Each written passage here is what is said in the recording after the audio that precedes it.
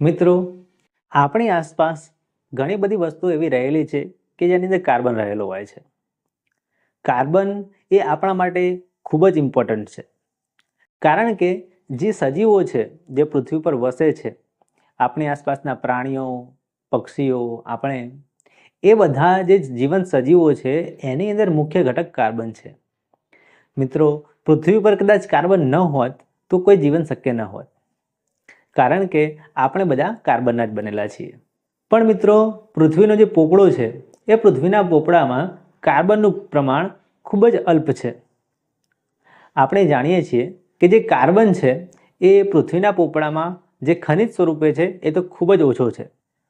પૃથ્વીના પોપડામાં જે કાર્બન ખનિજ સ્વરૂપે રહેલો છે એ કાં તો કાર્બોનેટ સ્વરૂપે રહેલો છે, અથવા તો હાઇડ્રોજન કાર્બોનેટ સ્વરૂપે, અથવા તો કોલસો કે પેટ્રોલિયમ સ્વરૂપે રહેલો છે, અને એનું પ્રમાણ 0.02% છે.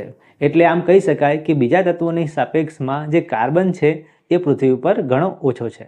તો આમ મિત્રો, પૃથ્વીના પોપડામાં કાર્બન એ ખૂબ જ અલ્પ પ્રમાણમાં છે, પણ આપણા માટે ખૂબ જ ઇમ્પોર્ટન્ટ છે. તો ચાલો કાર્બન વિશે જાણીએ. મિત્રો, કાર્બનમાં સહસંયોજક બંધ આવેલો હોય છે, એટલે આપણે પહેલા સહસંયોજક બંધ વિશે જાણીએ.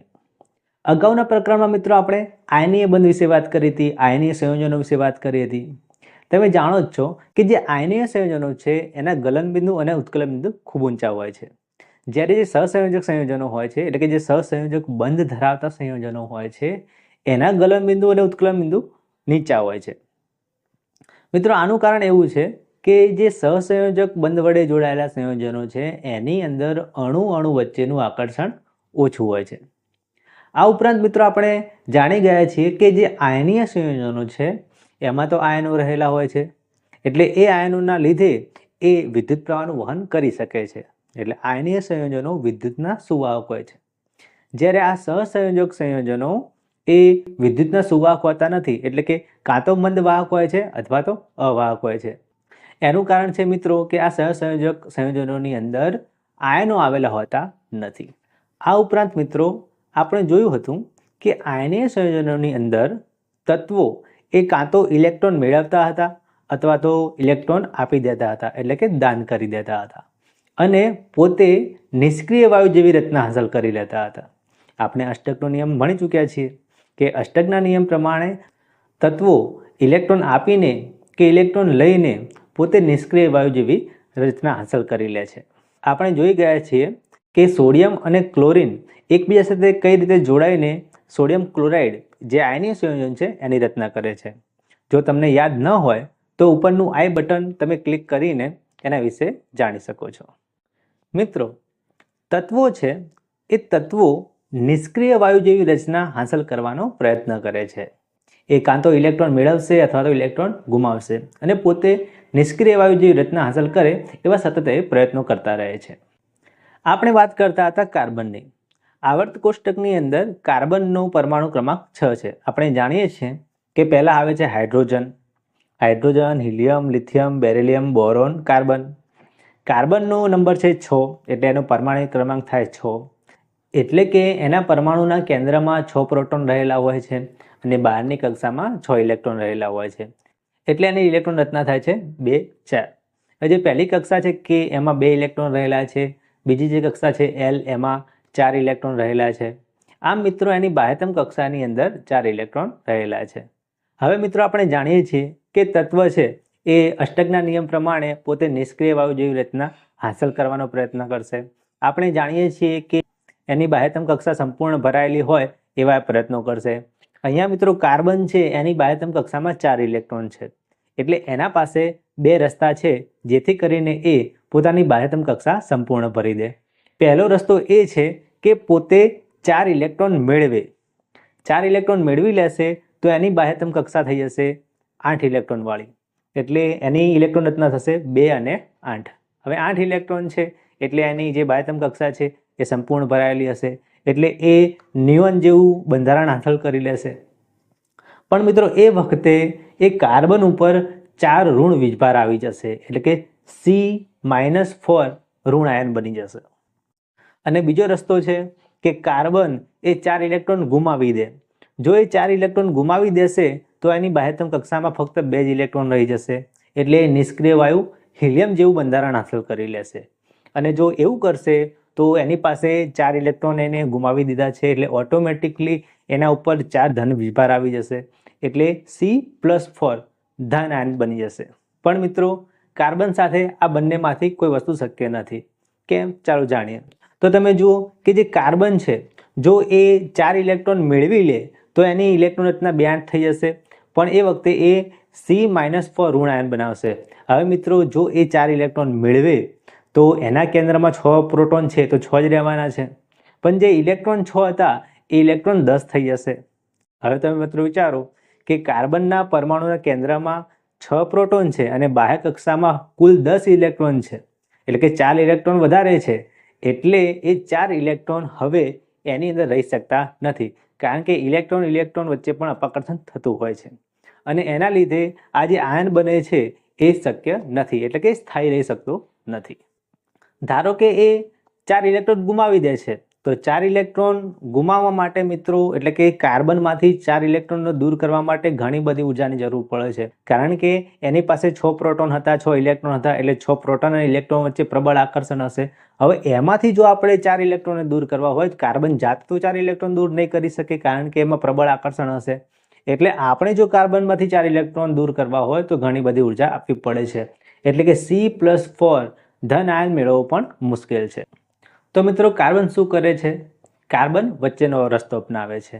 એ 4 ઇલેક્ટ્રોન કોઈને આપતો નથી કે કોઈની પાસેથી 4 ઇલેક્ટ્રોન લેતો નથી. એ શું કરે છે? એ 4 ઇલેક્ટ્રોનની ભાગીદારી કરે છે. ઇલેક્ટ્રોનની ભાગીદારી વડે જે બંધ બને છે એને સહસંયોજક બંધ કહેવામાં આવે છે. મિત્રો, એકલો કાર્બન નહીં, ઘણા બધા તત્વો એવા છે કે જે આ રીતે ઇલેક્ટ્રોનની ભાગીદારી કરીને સહસંયોજક બંધ બનાવે છે.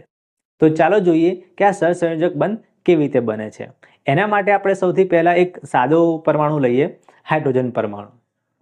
મિત્રો, આપણે જાણીએ છીએ કે આવર્ત કોષ્ટકની અંદર હાઇડ્રોજનનું સ્થાન પહેલું છે, એટલે એનો પરમાણુ ક્રમાંક 1 છે, એટલે કે એની પાસે 1 પ્રોટોન અને 1 ઇલેક્ટ્રોન રહેલા છે. હવે મિત્રો, આપણે જાણીએ છીએ કે જે 1 ઇલેક્ટ્રોન છે એની પ્રથમ કક્ષા Kમાં રહેલો છે. હવે અષ્ટકના નિયમ પ્રમાણે એને નિષ્ક્રિય વાયુ બનવું હોય તો એની બાહ્યતમ કક્ષા જે K છે એમાં કુલ 2 ઇલેક્ટ્રોન હોવા જોઈએ. અત્યારે એની પાસે 1 ઇલેક્ટ્રોન છે, એટલે હજુ એને 1 ઇલેક્ટ્રોનની જરૂર છે. તો મિત્રો, આ હાઇડ્રોજન શું કરે છે? તો આ હાઇડ્રોજન કે જેની પાસે 1 ઇલેક્ટ્રોન છે એ બીજા એક હાઇડ્રોજન પરમાણુ હોય છે એની સાથે ભાગીદારી કરે છે. એ 2 હાઇડ્રોજન પરમાણુ એવી રીતે ગોઠવાય છે કે જે 2 ઇલેક્ટ્રોન છે એ બંને પાસે રહી શકે. એટલે કે પહેલા હાઇડ્રોજન પરમાણુ જે કેન્દ્ર છે, એ કેન્દ્રમાં પ્રોટોન છે, એ બીજા હાઇડ્રોજન પરમાણુના જે ઇલેક્ટ્રોન છે એને આકર્ષી શકે, અને બીજા હાઇડ્રોજન પરમાણુનું કેન્દ્ર એ પહેલા હાઇડ્રોજન પરમાણુના ઇલેક્ટ્રોનને આકર્ષી શકે. એ રીતે ગોઠવાય છે, એટલે એક હાઇડ્રોજન પાસે આમ જોવા જઈએ તો 2 ઇલેક્ટ્રોન આવી જાય છે, એટલે કે બંને હાઇડ્રોજન પાસે 2 ઇલેક્ટ્રોન હોય છે. પણ આ બંને ઇલેક્ટ્રોન કોઈ એક હાઇડ્રોજન પરમાણુના ન કહી શકાય, કારણ કે એ બંને ઇલેક્ટ્રોન એ બંને હાઇડ્રોજનના કહેવાય છે, એટલે કે ઇલેક્ટ્રોનની ભાગીદારી થાય છે. મિત્રો, અહીંયા 2 હાઇડ્રોજન વચ્ચે જે આ 2 ઇલેક્ટ્રોન છે એને આપણે ટપકા કે ચોકડી વડે દર્શાવી શકીએ છીએ, અને 2 ઇલેક્ટ્રોન વચ્ચે છે એનાથી એક સહસંયોજક બંધ બને છે, જેને આપણે એકલ બંધ કહીએ છીએ. ચાલો મિત્રો, ઓક્સિજનની વાત કરીએ. ઓક્સિજનનો પરમાણુ ક્રમાંક 8 છે, એટલે એની પાસે કુલ 8 પ્રોટોન અને 8 ઇલેક્ટ્રોન રહેલા હોય છે. આમ જોવા જઈએ તો એની ઇલેક્ટ્રોન રચના 2-6 થશે. પહેલી જે કક્ષા K છે એમાં 2 ઇલેક્ટ્રોન રહેલા છે, બીજી કક્ષા L ની અંદર 6 ઇલેક્ટ્રોન રહેલા છે. હવે જો એને નિષ્ક્રિય વાયુ જેવું બંધારણ હાંસલ કરવું હોય તો એની બાહ્યતમ કક્ષામાં કુલ 8 ઇલેક્ટ્રોન હોવા જોઈએ, જે અત્યારે 6 ઇલેક્ટ્રોન જ છે, એટલે એને 2 ઇલેક્ટ્રોનની જરૂર છે. તો મિત્રો, ઓક્સિજન શું કરશે? તો ઓક્સિજન પણ હાઇડ્રોજનની જેમ સહસંયોજક બંધ બનાવે છે, એટલે કે ઇલેક્ટ્રોનની ભાગીદારી કરે છે. જુઓ, 2 ઓક્સિજનના પરમાણુ છે એ બંને પાસે 6 ઇલેક્ટ્રોન રહેલા છે એની બાહ્યતમ કક્ષાની અંદર. હવે બંનેને 2 ઇલેક્ટ્રોનની જરૂર છે, એટલે આ 2 ઓક્સિજનના પરમાણુ એવી રીતે ગોઠવાય છે કે એની પાસે કુલ 8 ઇલેક્ટ્રોન થાય. હવે તમે જુઓ કે 2 ઓક્સિજન પરમાણુની વચ્ચે કુલ 4 ઇલેક્ટ્રોન આવેલા છે. હવે 4 ઇલેક્ટ્રોન છે એટલે એ 2 સહસંયોજક બંધ બનાવે છે. અહીંયા જે એક ઓક્સિજનનો પરમાણુ છે એની પાસે આમ જોવા જઈએ તો પોતાના 6 ઇલેક્ટ્રોન છે, પણ બીજા ઓક્સિજનના પરમાણુ પાસેથી 2 ઇલેક્ટ્રોન ભાગીદારીમાં લે છે અને કુલ 8 ઇલેક્ટ્રોન કરે છે.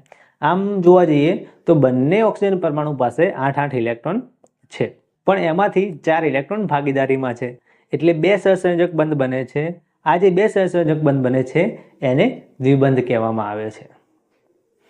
આમ મિત્રો ઓક્સિજનના 2 પરમાણુ જોડાઈને ઓક્સિજનનો અણુ એટલે કે O2 બને છે. ચાલો નાઇટ્રોજનમાં પણ જોઈ લઈએ. નાઇટ્રોજનનો પરમાણુ ક્રમાંક 7 છે, એટલે એની પાસે 7 પ્રોટોન અને 7 ઇલેક્ટ્રોન રહેલા છે.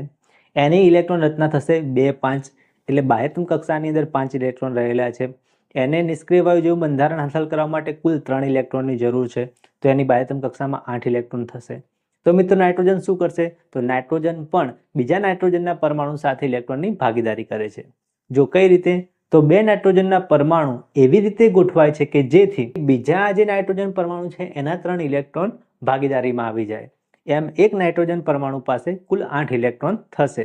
અહીંયા તમે જુઓ કે 2 નાઇટ્રોજન પરમાણુ છે એમની વચ્ચે કુલ 6 ઇલેક્ટ્રોનની ભાગીદારી થાય છે, એટલે કે અહીંયા 3 સહસંયોજક બંધ બને છે અને આ બંધને ત્રિબંધ કહેવામાં આવે છે.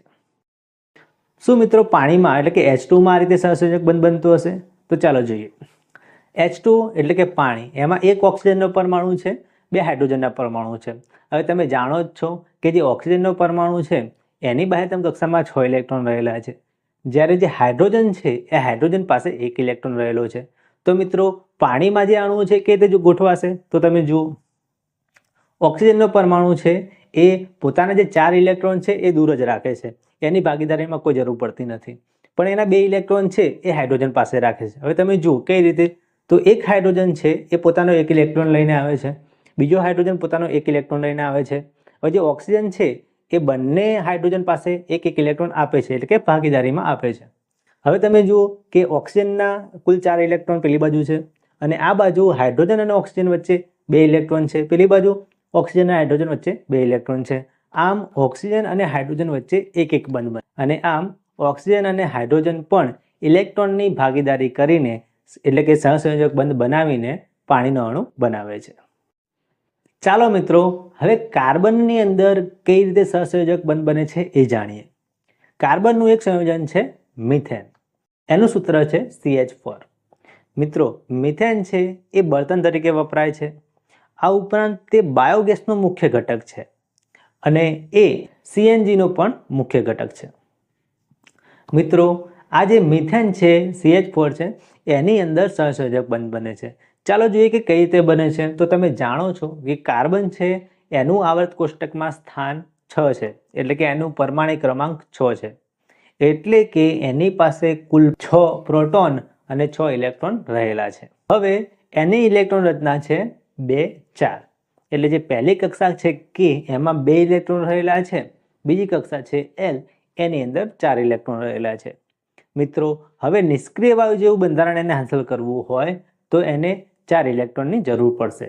તો એ શું કરશે? તો જુઓ મિત્રો અહીંયા મિથેન બને છે એટલે એની અંદર 4 હાઇડ્રોજન પરમાણુ છે અને હાઇડ્રોજનની અંદર 1 ઇલેક્ટ્રોન રહેલો હોય છે, એટલે કે આ જે કાર્બન છે એ 4 હાઇડ્રોજન પરમાણુ પાસે એવી રીતે ગોઠવાય છે કે જેથી 4 હાઇડ્રોજન પરમાણુના 1 ઇલેક્ટ્રોન એની બાહ્યતમ કક્ષાની અંદર ઉમેરાઈ જાય, એટલે કે અહીંયા કાર્બન અને હાઇડ્રોજન વચ્ચે ઇલેક્ટ્રોનની ભાગીદારી થઈ જાય. જુઓ મિત્રો કાર્બન પાસે 4 ઇલેક્ટ્રોન છે. હવે જે હાઇડ્રોજન છે એ પોતપોતાના 1 ઇલેક્ટ્રોન લઈને આવે છે.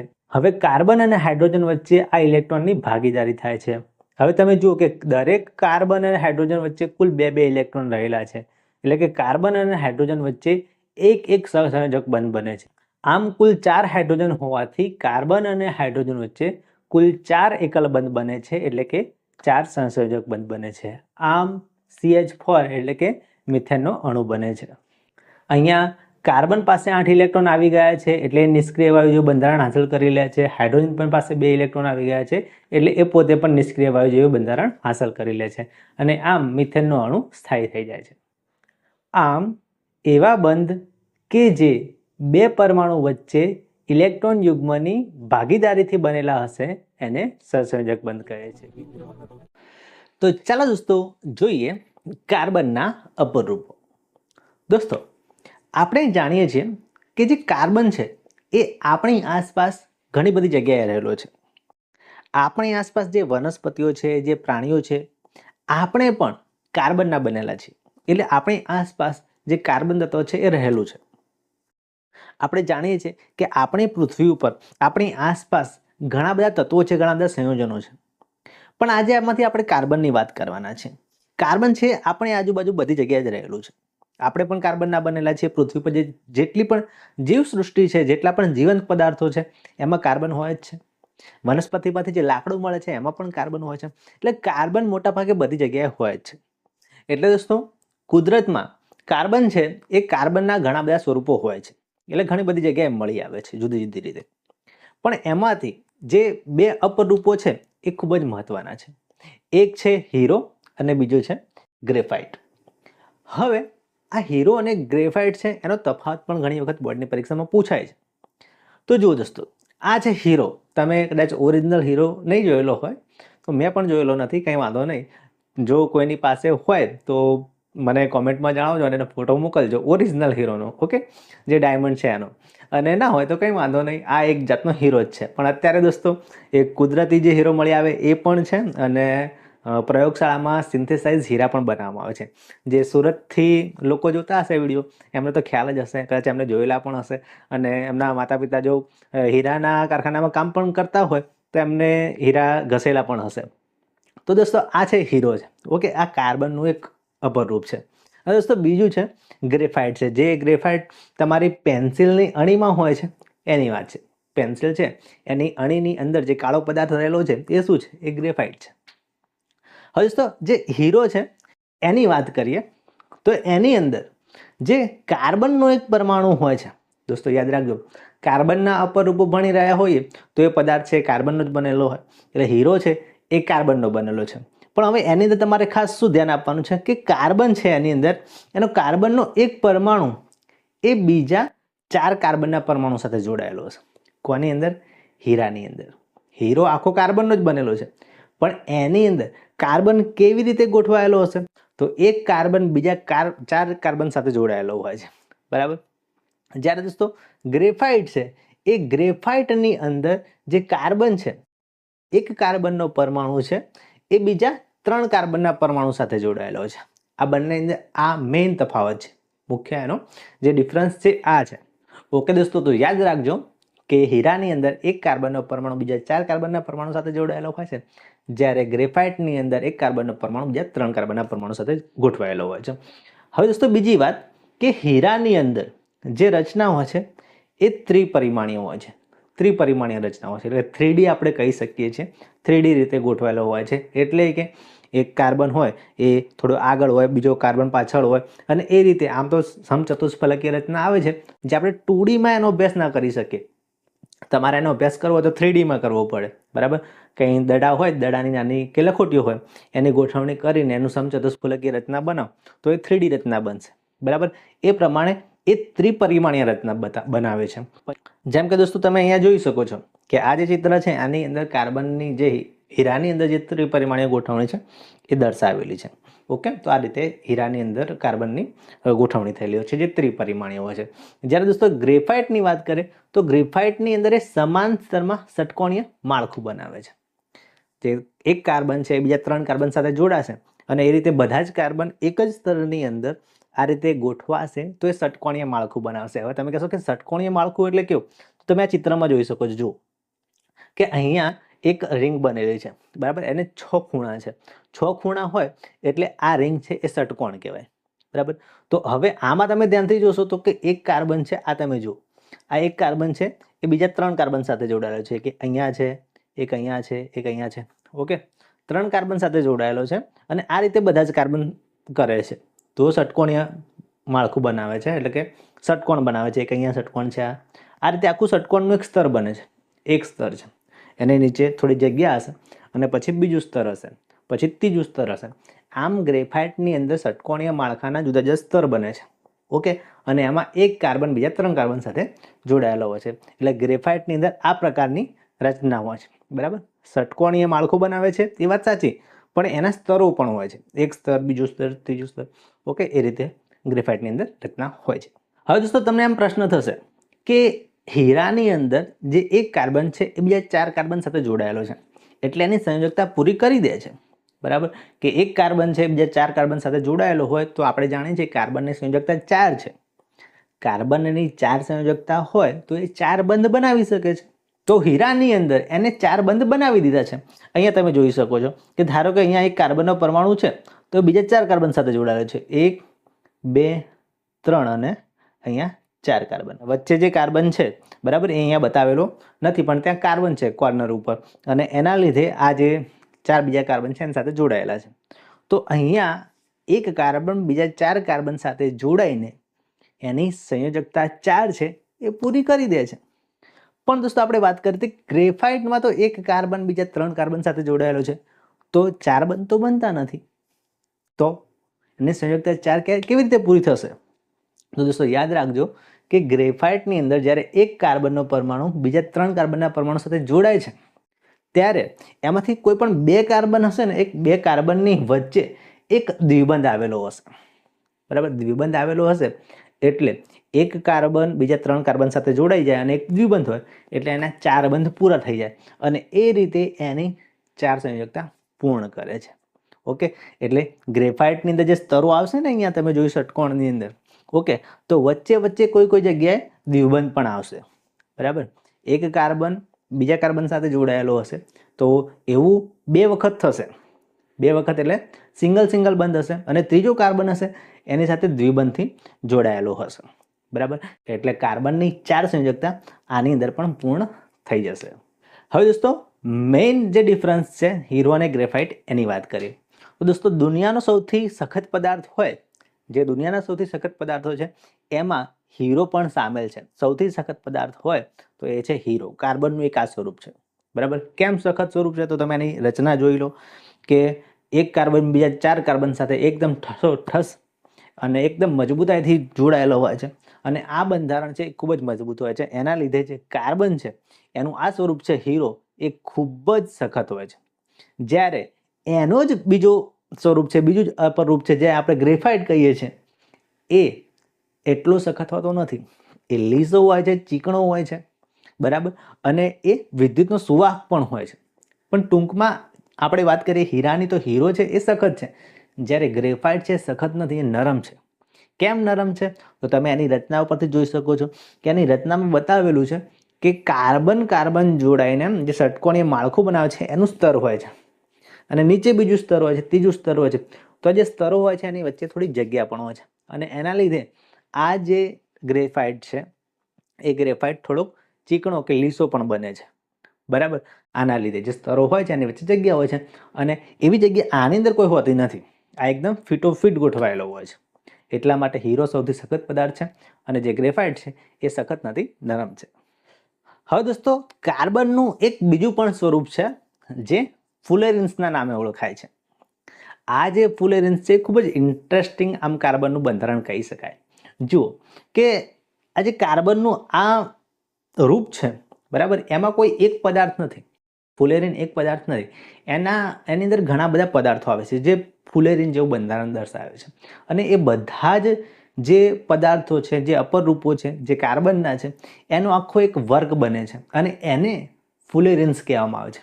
એક ફુલેરિન નથી, એમાં ઘણા બધા અપર રૂપો આવે છે કાર્બનના. બરાબર, એક જેવા જ દેખાતા હોય છે થોડા, પણ એ આખાનો વર્ગ છે અને એ ફુલેરિન્સ તરીકે ઓળખાય છે. એમાં દોસ્તો સૌથી પહેલા C60 એટલે કે 60 કાર્બન વાળું જે ફુલેરિન હતું એ શોધાયું હતું. સૌથી પહેલા C60, જેમાં 60 કાર્બનના પરમાણુ ગોઠવાયેલા હોય એવી એક રચના શોધાઈ હતી જે ફુલેરિન તરીકે ઓળખાઈ હતી. બરાબર, અને દોસ્તો એની રચના આ પ્રકારે હતી. જો તમે આ રચના છે એ C16ની છે, જે કાર્બન 60 ફુલેરિન છે એની છે. તમને જોઈને શું લાગે છે, કાના જેવી રચના છે? તો આ ફૂટબોલ જેવી રચના તમને લાગી રહી છે. લાગે છે ને ફૂટબોલ જેવી રચના? બરાબર, પણ ખરેખર આ એક જીઓડેસિક ગુંબજ કહેવાય આને. બરાબર દોસ્તો, આવી જ એક રચના છે ને જે અમેરિકાના એક આર્કિટેક્ચર હતા, એમનું નામ હતું બકમિન્સ્ટર ફુલર. આ એમનું ચિત્ર છે. જુઓ, આમણે સૌથી પહેલાં આ પ્રકારની કોઈ રચના બનાવી હતી, બરાબર. એમને કેમિસ્ટ્રી સાથે એટલો બધો કંઈ લેવા દેવા હતું નહીં, પણ એમને એક એવી રચના બનાવી હતી, જે આપણે ઘર બનાવીએ છીએ, જે સિવિલ એન્જિનિયર હોય છે, જુદી જુદી બિલ્ડિંગો બનાવે છે, એમ બકમિન્સ્ટર ફુલરે આવી એક રચના બનાવી હતી, જે જીઓડેસિક ગુંબજ તરીકે ઓળખાય છે. એમની પાછળ તમે જોઈ શકો છો, બરાબર. આ પ્રકારની એક રચના બનાવી હતી, અને એ રચના સેમ આને મળતી આવતી હતી. તમે જુઓ કે પેલું પણ સેમ આ રીતે ગોળાકાર છે, બરાબર, જીઓડેસિક ગુંબજ છે, અને આ જે છે એ પણ ફૂટબોલ જેવા આકારનું છે, અને આ જે ગુંબજ છે એને મળતું આવતું હતું. અને આ જે આર્કિટેક્ચર હતા એમના નામ ઉપરથી આને ફુલેરી નામ આપવામાં આવ્યું, કારણ કે એમનું નામ બકમિન્સ્ટર ફુલર હતું, અને એમના નામ ઉપરથી જે C16 છે એનું બંધારણ એમની જે રચના હતી એને મળતું આવતું હતું ને, એટલા માટે આને પણ ફુલેરી નામ આપવામાં આવ્યું. ઓકે, તો એમના નામ ઉપરથી એમની રચના હતી, એના ઉપર નામ ઉપરથી આને ફુલેરી નામ આપવામાં આવેલું છે. તો દોસ્તો, કદાચ 1 માર્ક્સની અંદર આ પ્રશ્ન પૂછાઈ શકે છે, બરાબર, કે જે C16 છે એનું નામ કોના નામ ઉપરથી આપવામાં આવ્યું હતું? તો એક અમેરિકન આર્કિટેક્ચર હતા, બરાબર, જેનું નામ બકમિન્સ્ટર ફુલર હતું. એમના નામ ઉપરથી C16નું નામ ફુલેરીને આપવામાં આવ્યું છે. અને પછી આના પરથી જે શોધાયા છે બીજા અપરૂપો, જે આ પ્રકારના હતા, આનો આખો એક જો વર્ગ બને છે, જે શ્રેણી બને છે, એને ફુલેરીન કહેવામાં. મિત્રો, આપણે જાણીએ છીએ કે કાર્બન 4 બંધ બનાવે છે. એ 4 સહસંયોજક બંધ હોય છે, એટલે ઘણા પ્રબળ હોય છે. મિત્રો, કાર્બન છે એ કાર્બન લાખોની સંખ્યામાં સંયોજનો બનાવી શકે છે. અત્યાર સુધી જે શોધાયેલા સંયોજનો છે એમાં કાર્બન એ એક એવું તત્વ છે જે ઘણા બધા સંયોજનો બનાવે છે. તો મિત્રો, કાર્બન કેમ આટલા લાખોની સંખ્યામાં સંયોજનો બનાવતું હશે? એ જાણવા માટે આપણે 2 પરિબળોનો અભ્યાસ કરીશું. એક છે કેટેનેશન. મિત્રો, કેટેનેશન એટલે શું? તો જે કાર્બન છે એ બીજા કાર્બન સાથે લાંબી શૃંખલામાં કે શાખિત શૃંખલામાં કે વલય સ્વરૂપે જોડાયેલો હોય છે. તેમાં એક બંધ હોઈ શકે, દ્વિબંધ હોઈ શકે કે ત્રિબંધ પણ હોઈ શકે છે. બંધના આધારે આ કાર્બન સંયોજનોના 2 પ્રકાર પાડી શકાય. એક સંતૃપ્ત સંયોજનો અને બીજા અસંતૃપ્ત સંયોજનો. જો મિત્રો એ સંયોજનોની અંદર એકલ બંધ હશે, એટલે કે કાર્બન બીજા કાર્બન સાથે એક જ બંધ વડે જોડાયેલો હશે, તો એ સંતૃપ્ત સંયોજનો કહેવાશે. અને જો કાર્બન અને કાર્બન વચ્ચે દ્વિબંધ કે ત્રિબંધ હશે, તો એને આપણે અસંતૃપ્ત સંયોજનો કહીશું. મિત્રો, આનું આપણે આગળ ડિટેલમાં અભ્યાસ કરીશું. અત્યારે એનું ઉદાહરણ જોઈ લઈએ. જો જેમ કે ઇથેન. ઇથેનમાં તમે જુઓ કે 2 કાર્બન છે અને 6 હાઇડ્રોજન છે. અહીંયા ધ્યાનથી જુઓ કે કાર્બન કાર્બન વચ્ચે ફક્ત એક જ બંધ છે, એટલે સંતૃપ્ત સંયોજન કહેવાશે. પેલી બાજુ ઇથિન છે. ઇથિનમાં 2 કાર્બન છે, હાઇડ્રોજન છે. અહીંયા કાર્બન કાર્બન વચ્ચે 2 બંધ છે, એટલે અસંતૃપ્ત કહેવાશે. મિત્રો, સાદી ભાષામાં કહીએ તો સંતૃપ્ત એટલે ધરાયેલો. જેમ કે આપણે ખાવાનું ખાઈ લીધું હોઈએ, પેટ ફૂલ હોય આપણું, તો આપણે ધરાયેલા કહેવાય, એટલે કે સંતૃપ્ત કહેવાય. એટલે અહીંયા જે ઇથેન છે, ઇથેન એની અંદર કાર્બન સાથે હવે બીજો કોઈ પરમાણુ જોડાઈ શકે નહીં, એટલે એ ધરાઈ ગયેલો છે, એટલે એમ કહી શકાય કે સંતૃપ્ત છે. જ્યારે ઇથિન છે, ઇથિનની અંદર આપણે બીજો કોઈ પરમાણુ જોડી શકીએ છીએ. કેવી રીતે? તો ઇથિનની અંદર જે કાર્બન કાર્બન વચ્ચે એક બંધ તોડીને એની સાથે બીજો કોઈ પરમાણુ જોડી શકાય છે, એટલે કે હજુ એની અંદર જગ્યા બાકી છે, એટલે કે હજુ થોડું ભૂખ્યો છે, એમ પેટ ભરાયેલું નથી, એટલે અસંતૃપ્ત કહેવાશે. ટૂંકમાં કાર્બન એ બીજા કાર્બન પરમાણુ સાથે જોડાઈને જુદા જુદા સ્વરૂપો બનાવી શકે છે. શાખિત સ્વરૂપ હોઈ શકે, શૃંખલા સ્વરૂપ હોઈ શકે કે વલય સ્વરૂપ હોઈ શકે, એટલે એ કેટેનેશનનો ગુણધર્મ ધરાવે છે. બીજું પરિબળ છે મિત્રો કે કાર્બનની સંયોજકતા 4 છે. કાર્બનની સંયોજકતા 4 છે એટલે આપણે જાણીએ છીએ કે કાર્બનની જે બાહ્ય કક્ષા છે એની અંદર 4 ઇલેક્ટ્રોન છે, એટલે વધુમાં વધુ એ 4 બંધ બનાવશે. એ 4 સહસંયોજક બંધ હશે, એટલે 4 પ્રબળ બંધ હશે. મિત્રો, આની અંદર જે કાર્બન છે એ કાર્બન ફક્ત હાઇડ્રોજન સાથે જ નહીં, ઓક્સિજન, સલ્ફર, ક્લોરીન, નાઇટ્રોજન એવા તત્વો સાથે પણ જોડાઈને ઘણા બધા સંયોજનો બનાવે છે, અને એ બધા સાથે સહસંયોજક બંધ વડે જોડાય છે. અહીંયા કાર્બન જે બંધ વડે જોડાય છે એ પ્રબળ હોવાનું કારણ એવું છે કે જે કાર્બન છે એ નાનો પરમાણુ છે, એટલે એનું જે કેન્દ્ર છે એ પોતાના ઇલેક્ટ્રોનને તો આકર્ષે જ છે. આ ઉપરાંત આપણે જોયું હતું કે કાર્બન સાથે બધા તત્વો ભાગીદારીથી બંધ બનાવે છે, એટલે જે ભાગીદારીમાં રહેલા ઇલેક્ટ્રોન હોય છે એને પણ કાર્બનનું જે કેન્દ્ર છે એ આકર્ષે છે. એટલે આ જે બંધ બને છે સહસંયોજક બંધ એ ઘણો પ્રબળ હોય છે. આમ કાર્બનની અંદર કેટેનેશનનો ગુણધર્મ હોવાથી અને કાર્બનની સંયોજકતા 4 હોવાથી એટલે કે કાર્બન 4 પ્રબળ સહસંયોજક બંધ બનાવતો હોવાથી એ ઘણા બધા સંયોજનો બનાવી શકે છે. ચાલો હવે કાર્બનના સંતૃપ્ત સંયોજનો અને અસંતૃપ્ત સંયોજનોનો ડિટેલમાં અભ્યાસ કરીએ. મિત્રો, આ અગાઉના વિડીયોમાં આપણે મિથેનનું બંધારણ જાણી ગયા છીએ. તમે જો અગાઉનો વિડીયો ન જોયેલો હોય તો પહેલા એ વિડીયો ચોક્કસ જોઈ લેજો. મિથેનનું બંધારણ આપણે જાણીએ છીએ કે મિથેન એટલે CH4. એમાં કાર્બન એ બીજા 4 હાઇડ્રોજન સાથે ઇલેક્ટ્રોનની ભાગીદારી કરે છે. એ આપણે જાણીએ છીએ. તો હવે ઇથેનની વાત કરીએ. ઇથેનનું અણુસૂત્ર છે C2H6. હવે આનું બંધારણ કેવું થશે તો જુઓ મિત્રો, આમાં 2 કાર્બન છે એટલે આપણે 2 કાર્બન દર્શાવીએ છીએ. આ ઉપરાંત 6 હાઇડ્રોજન છે એટલે હવે એ બંને કાર્બન ઉપર 3 વહેંચાઈ જશે. એટલે તમે જુઓ, કાર્બન કાર્બન સાથે જોડાયેલો છે અને હાઇડ્રોજન હવે કાર્બન સાથે જોડાશે એટલે પહેલા કાર્બન પાસે 3 હાઇડ્રોજન જોડાશે, બીજા કાર્બન પાસે 3 હાઇડ્રોજન. અહીંયા તમે જુઓ છો કે કાર્બન કાર્બન વચ્ચે કેટલા બંધ છે? એક જ બંધ છે. એટલે આ સંતૃપ્ત સંયોજન કહેવાશે. આની સાથે આપણે બીજો કોઈ પરમાણુ જોડી શકતા નથી. આનું ઇલેક્ટ્રોનીય જે સ્વરૂપ છે એ દર્શાવવું હોય તો એટલે કે ઇલેક્ટ્રોનનું બિંદુ નિરૂપણ કરવું હોય તો કઈ રીતે કરી શકાય? એટલે કાર્બન અને હાઇડ્રોજન વચ્ચે ઇલેક્ટ્રોનની ભાગીદારી જેમ આપણે મિથેનમાં જોઈ હતી એ રીતે ઇથેનમાં કરવી હોય તો કેવી રીતે થાય? તો જુઓ મિત્રો, બંને કાર્બન પાસે 4 ઇલેક્ટ્રોન છે બાહ્ય કક્ષામાં અને જે હાઇડ્રોજન છે એ બધા એક ઇલેક્ટ્રોન લઈને આવશે. તો આ બાજુના જે કાર્બન છે એ કાર્બન પાસે 3 હાઇડ્રોજન 3 ઇલેક્ટ્રોન લઈને આવે છે એટલે એ બધા એક બંધથી જોડાશે. પેલી બાજુ જે બીજો કાર્બન છે એ બીજા કાર્બન પાસે પણ 3 હાઇડ્રોજન છે, એ 3 હાઇડ્રોજન પણ એક ઇલેક્ટ્રોન લઈને આવશે એટલે કાર્બન એની પાસે પણ ઇલેક્ટ્રોનની ભાગીદારી કરશે.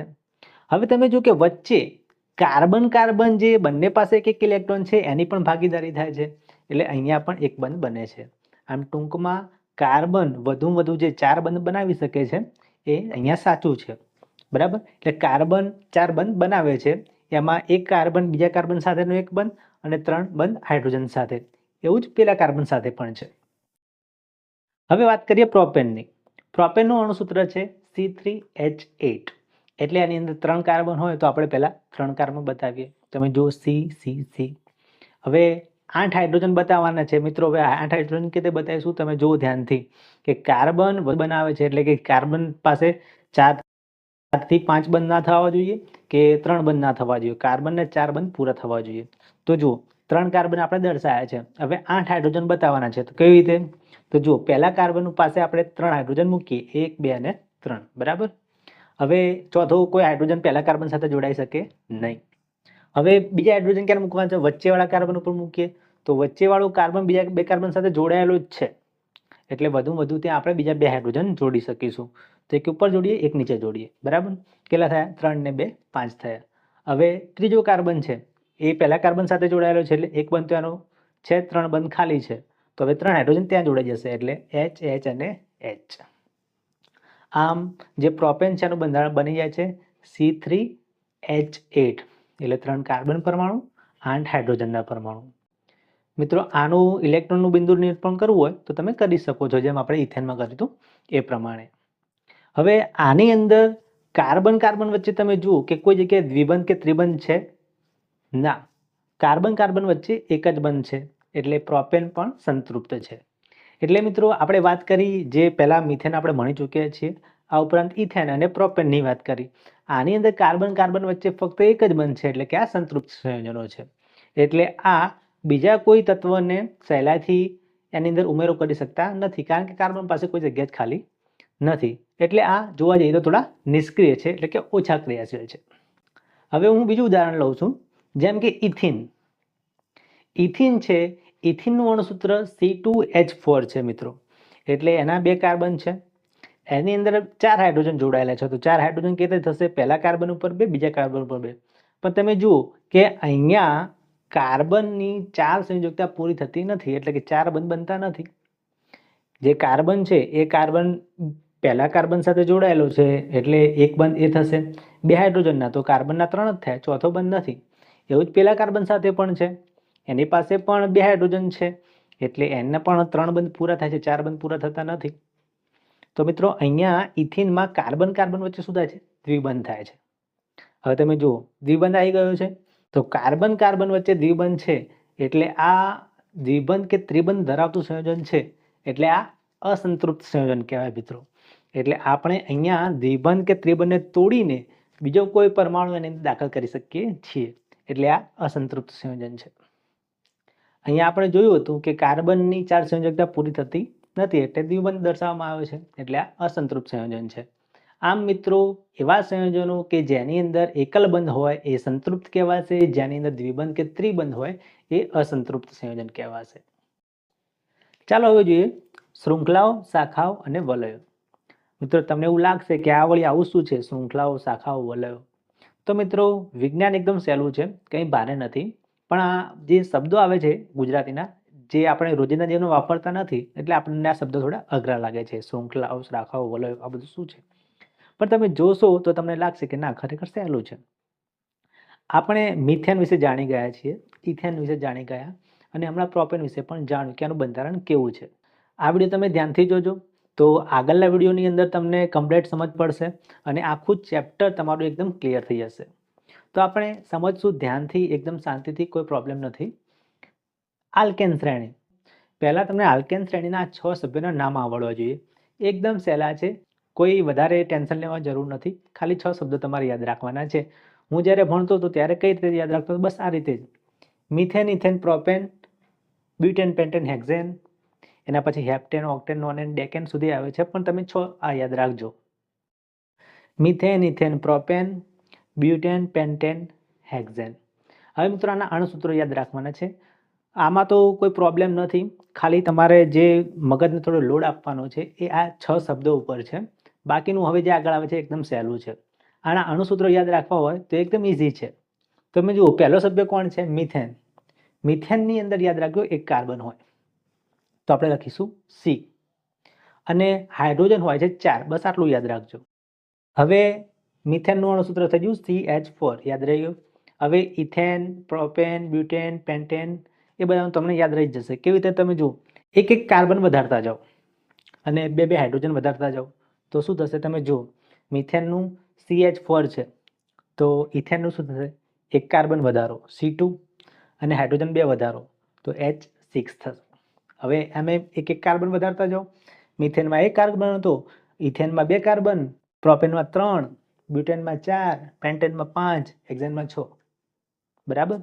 હવે હાઇડ્રોજન વધારતા જાઓ. પહેલામાં તો 4, પછી 2 વધારો 6, હાઇડ્રોજન 8, 10, 12, 14. આમ મિત્રો આલ્કેન શ્રેણીમાં ખાલી તમારે નામ જ યાદ રાખવાના છે, બાકી બધું ઓટોમેટિક યાદ આવી જ જશે. બરાબર. તો methane, ethane, propane, butane, pentane, hexane અને એના અણુસૂત્રો. હવે મિત્રો આપણે શરૂઆત કરીએ છીએ કે આમાંથી કોઈ બી એક આપણે સંયોજન લઈએ, જેમ કે બ્યુટેન લઈએ છીએ. હવે એ બ્યુટેન છે, એ બ્યુટેનનું તમને બંધારણ આવડવું જોઈએ. મેં તમને શીખવાડ્યું કે પહેલાં તમારે નામ યાદ રાખવાનું છે કે બ્યુટેનનો નંબર કયો આવે છે? બ્યુટેનનો number methane, ethane, propane, butane, એટલે આવે એની અંદર 4 કાર્બન. અને હાઇડ્રોજન કેટલા આવે? તો મિથેનમાં હતા 4, પછી 6, પછી 8 અને આની અંદર 10 આવે.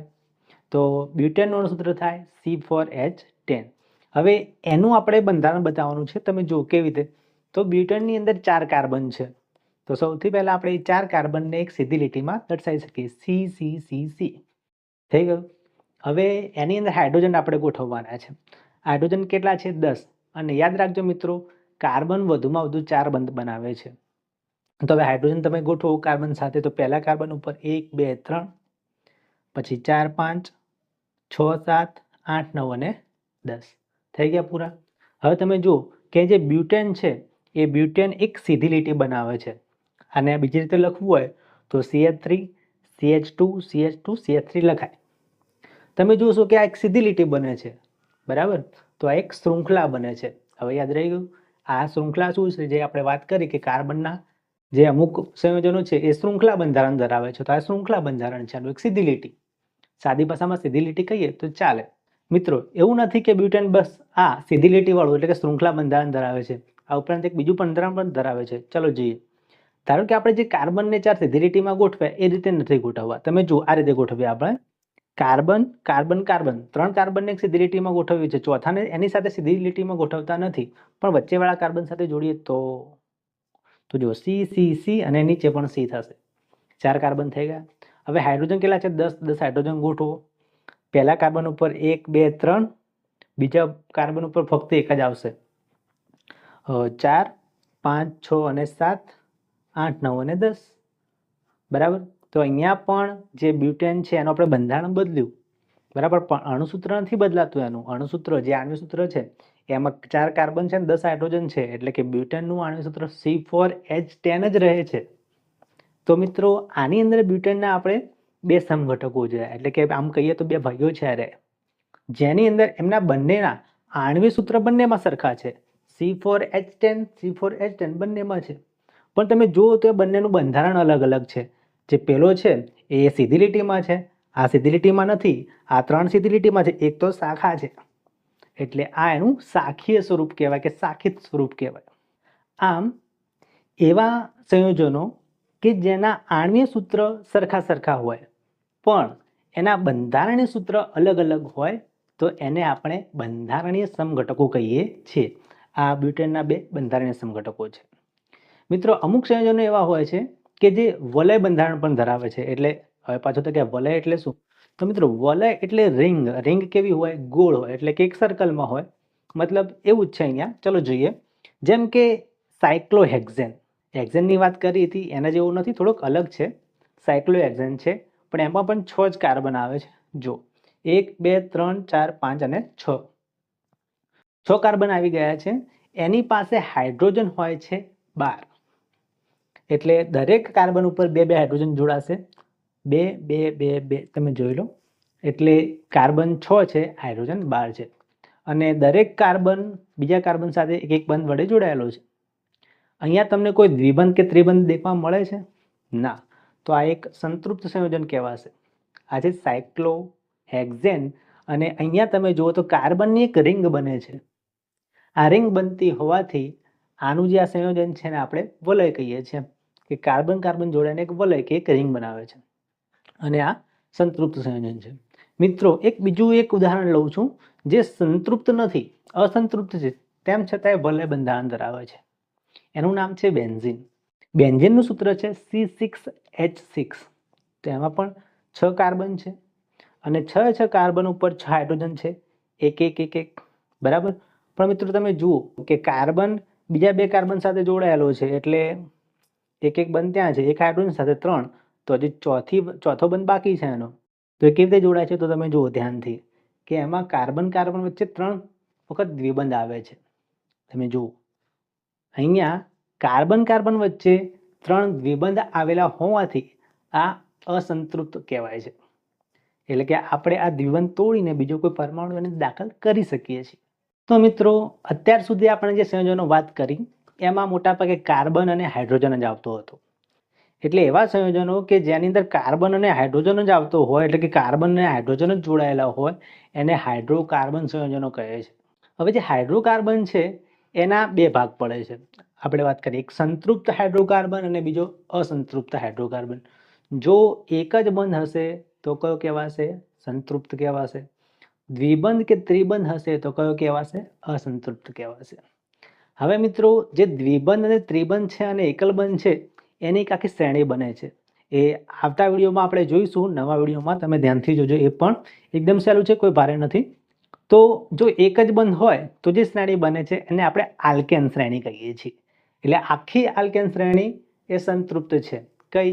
હમણાં જ વાત કરીને આપણે methane, ethane, propane, butane, pentane, hexane, એ આખી શ્રેણી છે એ સંતૃપ્ત છે. જ્યારે અસંતૃપ્તમાં દ્વિબંધવાળી અને ત્રિબંધવાળી શ્રેણી આવશે. એમાં જે દ્વિબંધવાળી શ્રેણી છે એ છે આલ્કીન. એમાં આવશે ઇથિન, પ્રોપીન, બ્યુટીન, પેન્ટીન, હેક્ઝીન. એટલે જે આલ્કેનવાળી શ્રેણી છે એની પાછળ ઇન લગાવી દો એટલે આલ્કીન બની જાય. અને ત્રીજું છે જે ત્રિબંધવાળું જે છે એ છે આલ્કાઇન. આલ્કાઇનમાં કેવું છે કે કાર્બન કાર્બન વચ્ચે 3 બંધ બનાવેલા હોય, અને આલ્કાઇન શ્રેણી કહેવાય છે. અને તમે જુઓ કે જે આ છે એના જેવું જ એનું નામ આવશે પણ થોડુંક અલગ થશે. તો ઇથાઇન, પ્રોપાઇન, બ્યુટાઇન, પેન્ટાઇન, હેક્સાઇન એવું નામ થશે.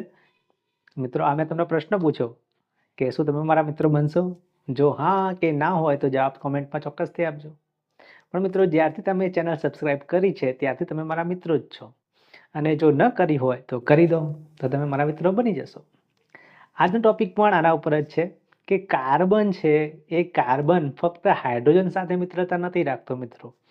એટલે કાર્બન એ હાઇડ્રોજન સાથે જ બંધ નથી બનાવતું. બીજા પણ ઘણા તત્વો છે, નાઇટ્રોજન, ઓક્સિજન, ક્લોરીન, સલ્ફર, એવા તત્વો સાથે પણ એની મિત્રતા એટલી જ છે. એટલે કે એ તત્વો સાથે પણ બંધ બનાવે છે. ચાલો એક ઉદાહરણ જોઈએ. જેમ કે બ્યુટેન. બ્યુટેનની આપણે ગયા વિડીયોમાં વાત કરી હતી કે બ્યુટેનનું અણુસૂત્ર C4H10 છે. તો આપણે જાણીએ છીએ કે એમાં 4 કાર્બન છે અને 10 હાઇડ્રોજન છે. અને ગોઠવણી પણ મેં તમને શીખવાડી હતી. હવે મિત્રો આ જે બ્યુટેન એમાંથી કોઈક હાઇડ્રોજનને કાઢી દઈએ, બરાબર. હવે આ હાઇડ્રોજન તો જતો રહ્યો, એની જગ્યાએ બીજો કોઈ પરમાણુ લગાવીએ, જેમ કે ક્લોરીન. તો મિત્રો અહીંયા આપણે હાઇડ્રોજનને કાઢીને એની જગ્યાએ ક્લોરીન લગાવ્યો છે. એટલે આ જે બ્યુટેન હતો એ હવે બ્યુટેન નથી રહ્યો, એનું નામ થયું છે ક્લોરોબ્યુટેન. મિત્રો અહીંયા કાર્બન એ ક્લોરીન સાથે પણ બંધ બનાવે છે. આપણે હાઇડ્રોજનને નીકાળીને એની જગ્યાએ ક્લોરીનનો પરમાણુ લગાવ્યો.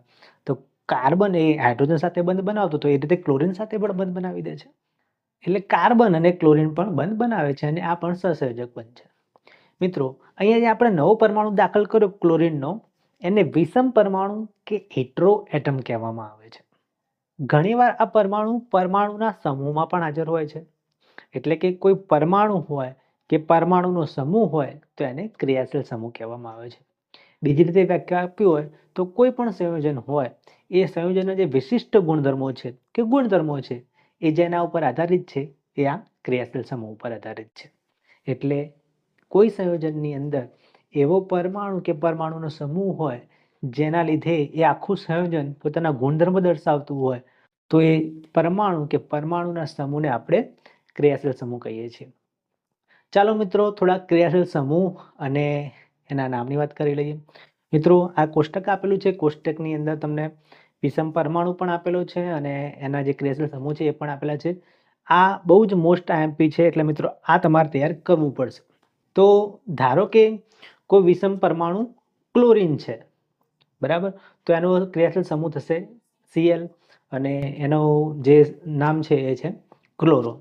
બ્રોમિન હોય તો બ્રોમો કહેવાય.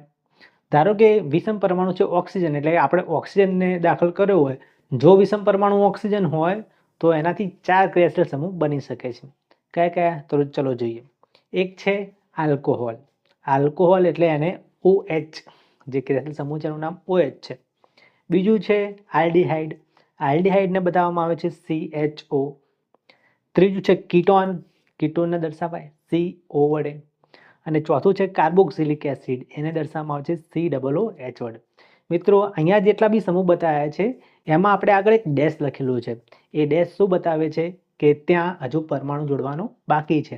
એટલે કે કોઈ આપણે પરમાણુ નહીં જોડીએ પણ મોટા ભાગે હાઇડ્રોકાર્બનની શૃંખલા જોડીશું, એટલા માટે ડેશ ખાલી રાખવામાં આવ્યો છે. મિત્રો ચાલો આજનો બીજો ટોપિક જોઈએ, સમાનધર્મી શ્રેણી. મિત્રો સમાનધર્મી શ્રેણી શું છે?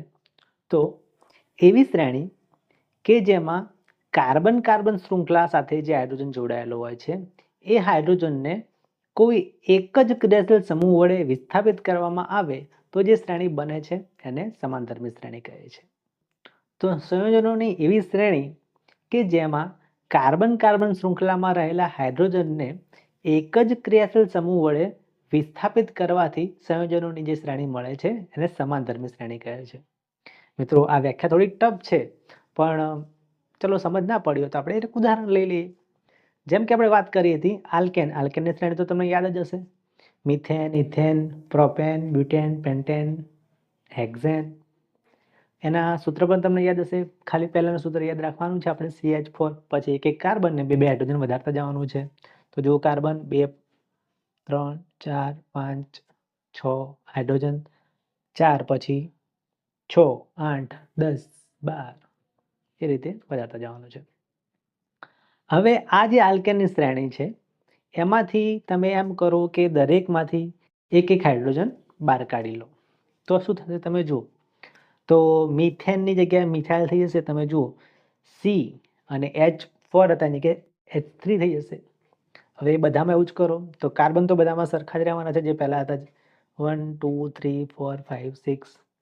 હવે હાઇડ્રોજન જેટલા હતા એમાંથી ઓછા થઈ જશે. અહીં 4 હતા તો ત્યાં 3 થઈ ગયા. હવે ઇથેન છે એનું અણુસૂત્ર છે C2H6. તો એમાંથી એક હાઇડ્રોજન ઓછો કરી દઈએ તો C2H5 થઈ જશે. એમ આગળ તમે કરતા જાઓ તો આમાંથી બધામાંથી એક હાઇડ્રોજન ઓછો થઈ જશે. હવે એક એક હાઇડ્રોજન ઓછો કરી દીધો છે એની જગ્યાએ તમે OH લગાવી દો. એ આલ્કોહોલનો ક્રિયાશીલ સમૂહ છે. OH ત્યાં લગાવી દો. મિથેન હતું, મિથેનની જગ્યાએ શું થયું? CH3OH થયું. હવે આનું નામ છે મિથેનોલ. હવે એ રીતે ઇથેનોલ, પ્રોપેનોલ, બ્યુટેનોલ, પેન્ટેનોલ અને હેક્ઝેનોલ. એટલે આલ્કેનમાંથી એક એક હાઇડ્રોજન દૂર કરીને આપણે એની અંદર એક જ ક્રિયાશીલ સમૂહ બધામાં લગાવ્યો. એ છે આલ્કોહોલનો ક્રિયાશીલ સમૂહ OH. એટલે આલ્કોહોલની સમાનધર્મી શ્રેણી બની છે. બરાબર. તો આ જે સમાનધર્મી શ્રેણી છે હવે તમને એની વ્યાખ્યા યાદ રહી જશે કે કોઈ પણ એક કાર્બનની શૃંખલા હોય કાર્બન વચ્ચે એની સાથે કોઈ હાઇડ્રોજન જોડાયેલો હોય એ હાઇડ્રોજનને દૂર કરીને બીજો કોઈ ક્રિયાશીલ સમૂહ એની સાથે જોડી દો. જેમ કે આપણે OH જોડ્યો તો જે શ્રેણી આખી બની એને સમાનધર્મી શ્રેણી કહે છે. મિત્રો હવે આ શ્રેણીની અંદર તમે ઉપરથી નીચે આવતા જશો તો જેમ જેમ ઉપરથી નીચે આવતા જશો એમ એમ એક એક કાર્બન વધતો જશે અને બે હાઇડ્રોજન વધતા જશે. એટલે કે ટૂંકમાં CH2 તો બધાની અંદર વધતો જશે. તો એ પ્રમાણે એનું ગલનબિંદુ અને ઉત્કલન બિંદુ પર ઉપરથી નીચે આવતા વધતું જાય છે. સાથે સાથે એનું આણ્વીય દળ પણ વધતું જશે. મિત્રો આણ્વીય દળ કેટલું વધતું જશે? તો દરેકમાં વધારો કેટલાનો થાય છે? CH2 નો વધારો થાય છે. તો CH2 ની ગણતરી કરો તો આપણે ખબર પડી જાય કે કેટલો આણ્વીય દળનો વધારો થાય છે. આપણને ખબર છે કે કાર્બનનું જે આણ્વીય દળ છે એ 12 છે અને હાઇડ્રોજનનું 1 છે. એટલે CH2 એટલે એક કાર્બનનું 12 પ્લસ 2 હાઇડ્રોજન એક હાઇડ્રોજનનું 2 એટલે 12 પ્લસ 2 એટલે 14. એટલે ઉપરથી નીચે આવતા જઈશું એમ 14 યુનિટ જેટલું એનું આણ્વીય દળમાં વધારો થતો જશે. મિત્રો હાઇડ્રોકાર્બનની પણ આ રીતે સમાનધર્મી શ્રેણી છે. જેમ કે આપણે વાત કરીએ છીએ આલ્કેન, આલ્કીન અને આલ્કાઇનની. મિત્રો આ જે આલ્કેન, આલ્કીન અને આલ્કાઇન છે એનું આપણે આગળના ટોપિકની અંદર ખૂબ જ જરૂર પડશે. એટલે તમે ધ્યાન રાખજો કે આલ્કેન, આલ્કીન અને આલ્કાઇનના આપણે સૂત્રો ગયા વિડીયોમાં પણ જોયા હતા. પણ એને યાદ રાખવો હોય તો એક સામાન્ય સૂત્ર છે. સામાન્ય સૂત્ર તમારે યાદ રાખવું તો એકદમ સહેલું છે, યાદ રાખજો. શરૂઆત આલ્કીનથી કરવાની. આલ્કીનનું સામાન્ય સૂત્ર છે CnH2n. હવે એના ઉપરથી આલ્કીનનું યાદ રાખવું હોય તો આ રીતે CnH2n+2 બે ઉમેરી દેવાના. અને આલ્કાઇનનું યાદ રાખવું હોય તો આ રીતે CnH2n-2 એટલે એમાંથી 2 બાદ કરી દેવાના. તો આ રીતે પણ તમે આલ્કેન, આલ્કીન અને આલ્કાઇન સંયોજનોના અણુસૂત્રો આ સામાન્ય સૂત્રના આધારે લખી શકો છો. પછી તમને યાદ જ છે કે મિથેન, ઇથેન, પ્રોપેન એ રીતે આલ્કેનમાં આવશે. પછી ઇથાઇન. જો હવે મિત્રો અહીંયા એક પ્રશ્ન છે કે આલ્કીન અને આલ્કાઇનમાં મિથેન એક કાર્બનવાળો કોઈ સભ્ય આવશે નહીં. કારણ કે દ્વિબંધ બનવા માટે ઓછામાં ઓછા 2 કાર્બનની જરૂર પડે છે. એટલે આલ્કાઇન અને આલ્કીન એ બંનેની અંદર જે શ્રેણીની શરૂઆત થાય છે એ 2 કાર્બનવાળા સભ્યથી શરૂઆત થાય છે. એટલે આલ્કીનની અંદર ઇથિનથી શરૂઆત થશે અને આલ્કાઇનમાં ઇથાઇનથી શરૂઆત થશે. તો મિત્રો આ ત્રણેયનું એક એક ઉદાહરણ આપણે જોઈ લઈએ. પણ 2 કાર્બનવાળું લઈશું. તો આલ્કેનમાં આપણે લઈએ છીએ ઇથેન. ઇથેનનું અણુસૂત્ર આપણે જાણીએ છીએ કે C2H6 છે. એટલે એનું બંધારણ થશે 2 કાર્બન અને 3 હાઇડ્રોજન આ બાજુ, 3 હાઇડ્રોજન આ બાજુ, એટલે કે 6 હાઇડ્રોજન. બરાબર. CH3 આ રીતે પણ દર્શાવી શકાય છે. હવે બીજું છે આલ્કીનની અંદર ઇથિન. ઇથિન એમાં કાર્બન છે 2 અને એમાં છે હાઇડ્રોજન 4. એટલે આ કાર્બન પાસે 2 રહેશે, પેલા કાર્બન પાસે 2 રહેશે અને કાર્બન વચ્ચે છે દ્વિબંધ. એટલે કે અહીંયા ડબલ બોન્ડ જોવા મળે છે. અને આલ્કાઇન છે. આલ્કાઇનમાં આપણે ઉદાહરણ લઈએ છીએ ઇથાઇનનું.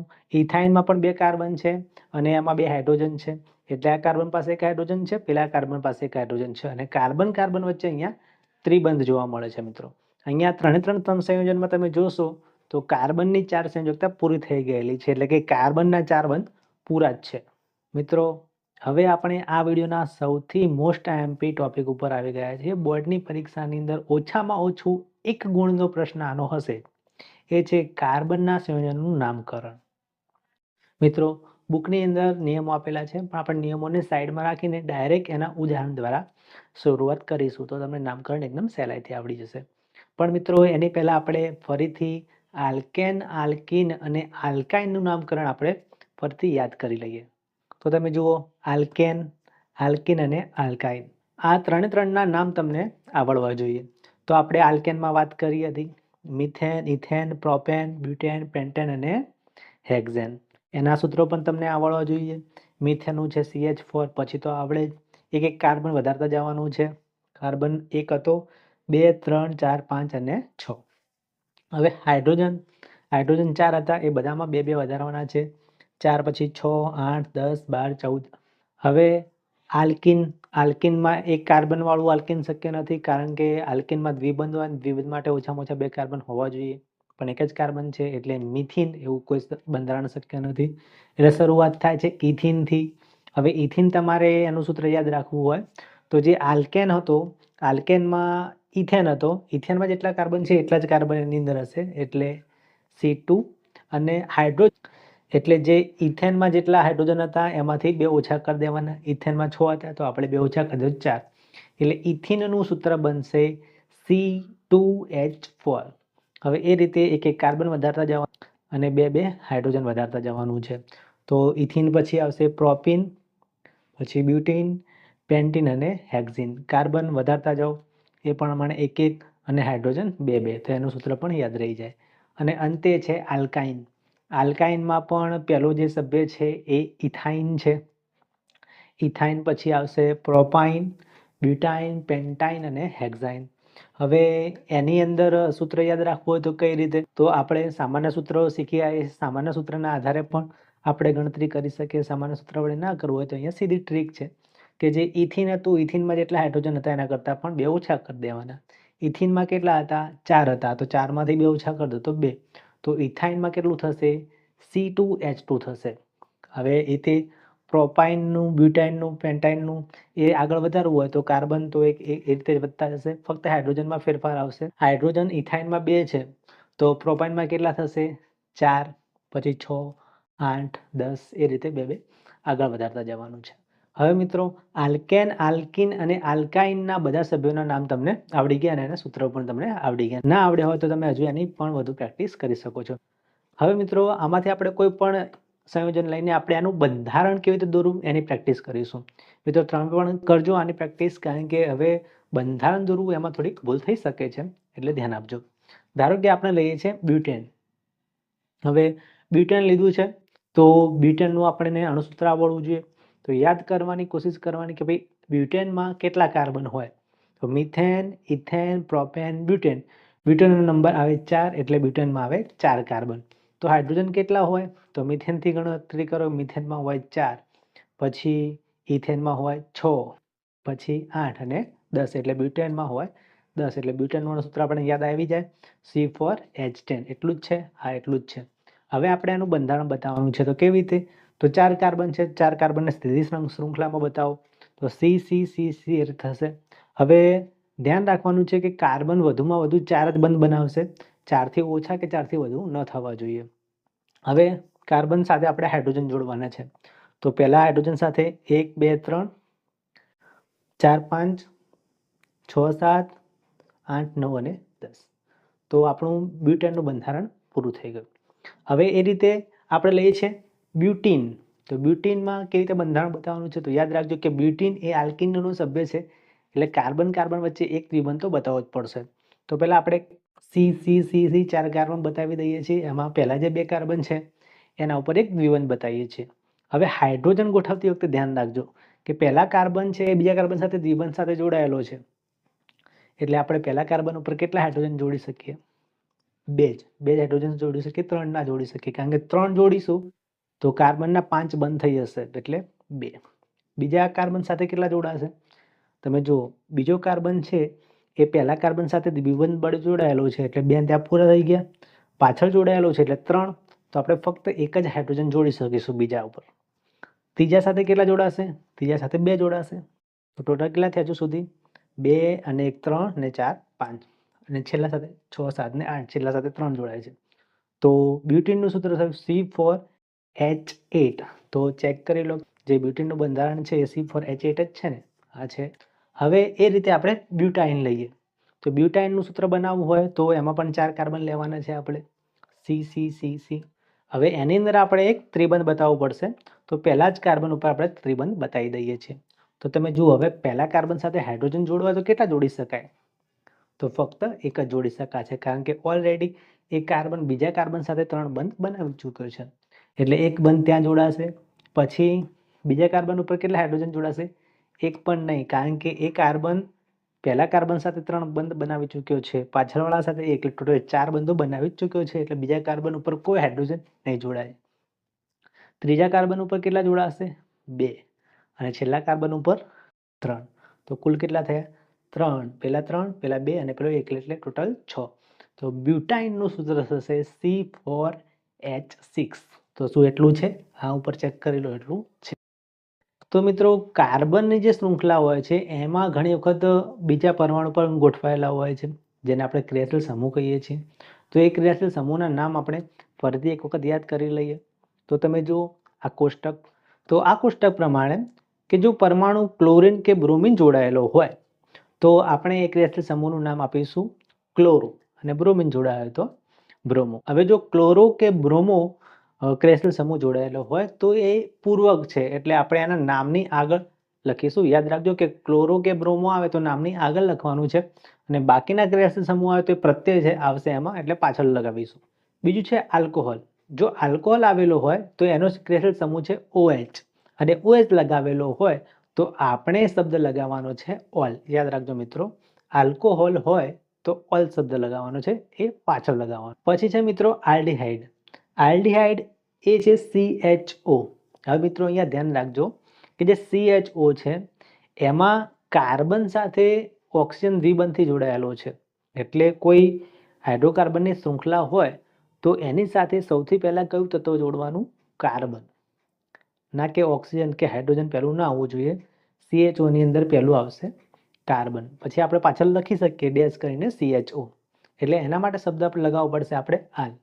એટલે આપણે જોઈશું એના ઉદાહરણ કે આલ કેવી રીતે લગાવવાનું છે. હવે ચોથું છે કીટોન. કીટોન એવો ક્રિયાશીલ સમૂહ છે મિત્રો કે જેમાં કાર્બન એ વચ્ચે આવશે, એટલે કોઈ હાઇડ્રોકાર્બનનું સૂત્ર આવશે તો કાર્બન વચ્ચે આવશે, કારણ કે કાર્બનના બંને છેડા એની અંદર ખુલ્લા છે અને કાર્બન સાથે 2 બંધ વડે ઓક્સિજન જોડાયેલો છે. એટલે જ્યારે પણ કીટોન હશે તો કીટોન એ કોઈ પણ હાઇડ્રોકાર્બન શૃંખલાની અંદર વચ્ચે હશે, એટલે બંને બાજુ બીજા કાર્બન જોડાયેલા.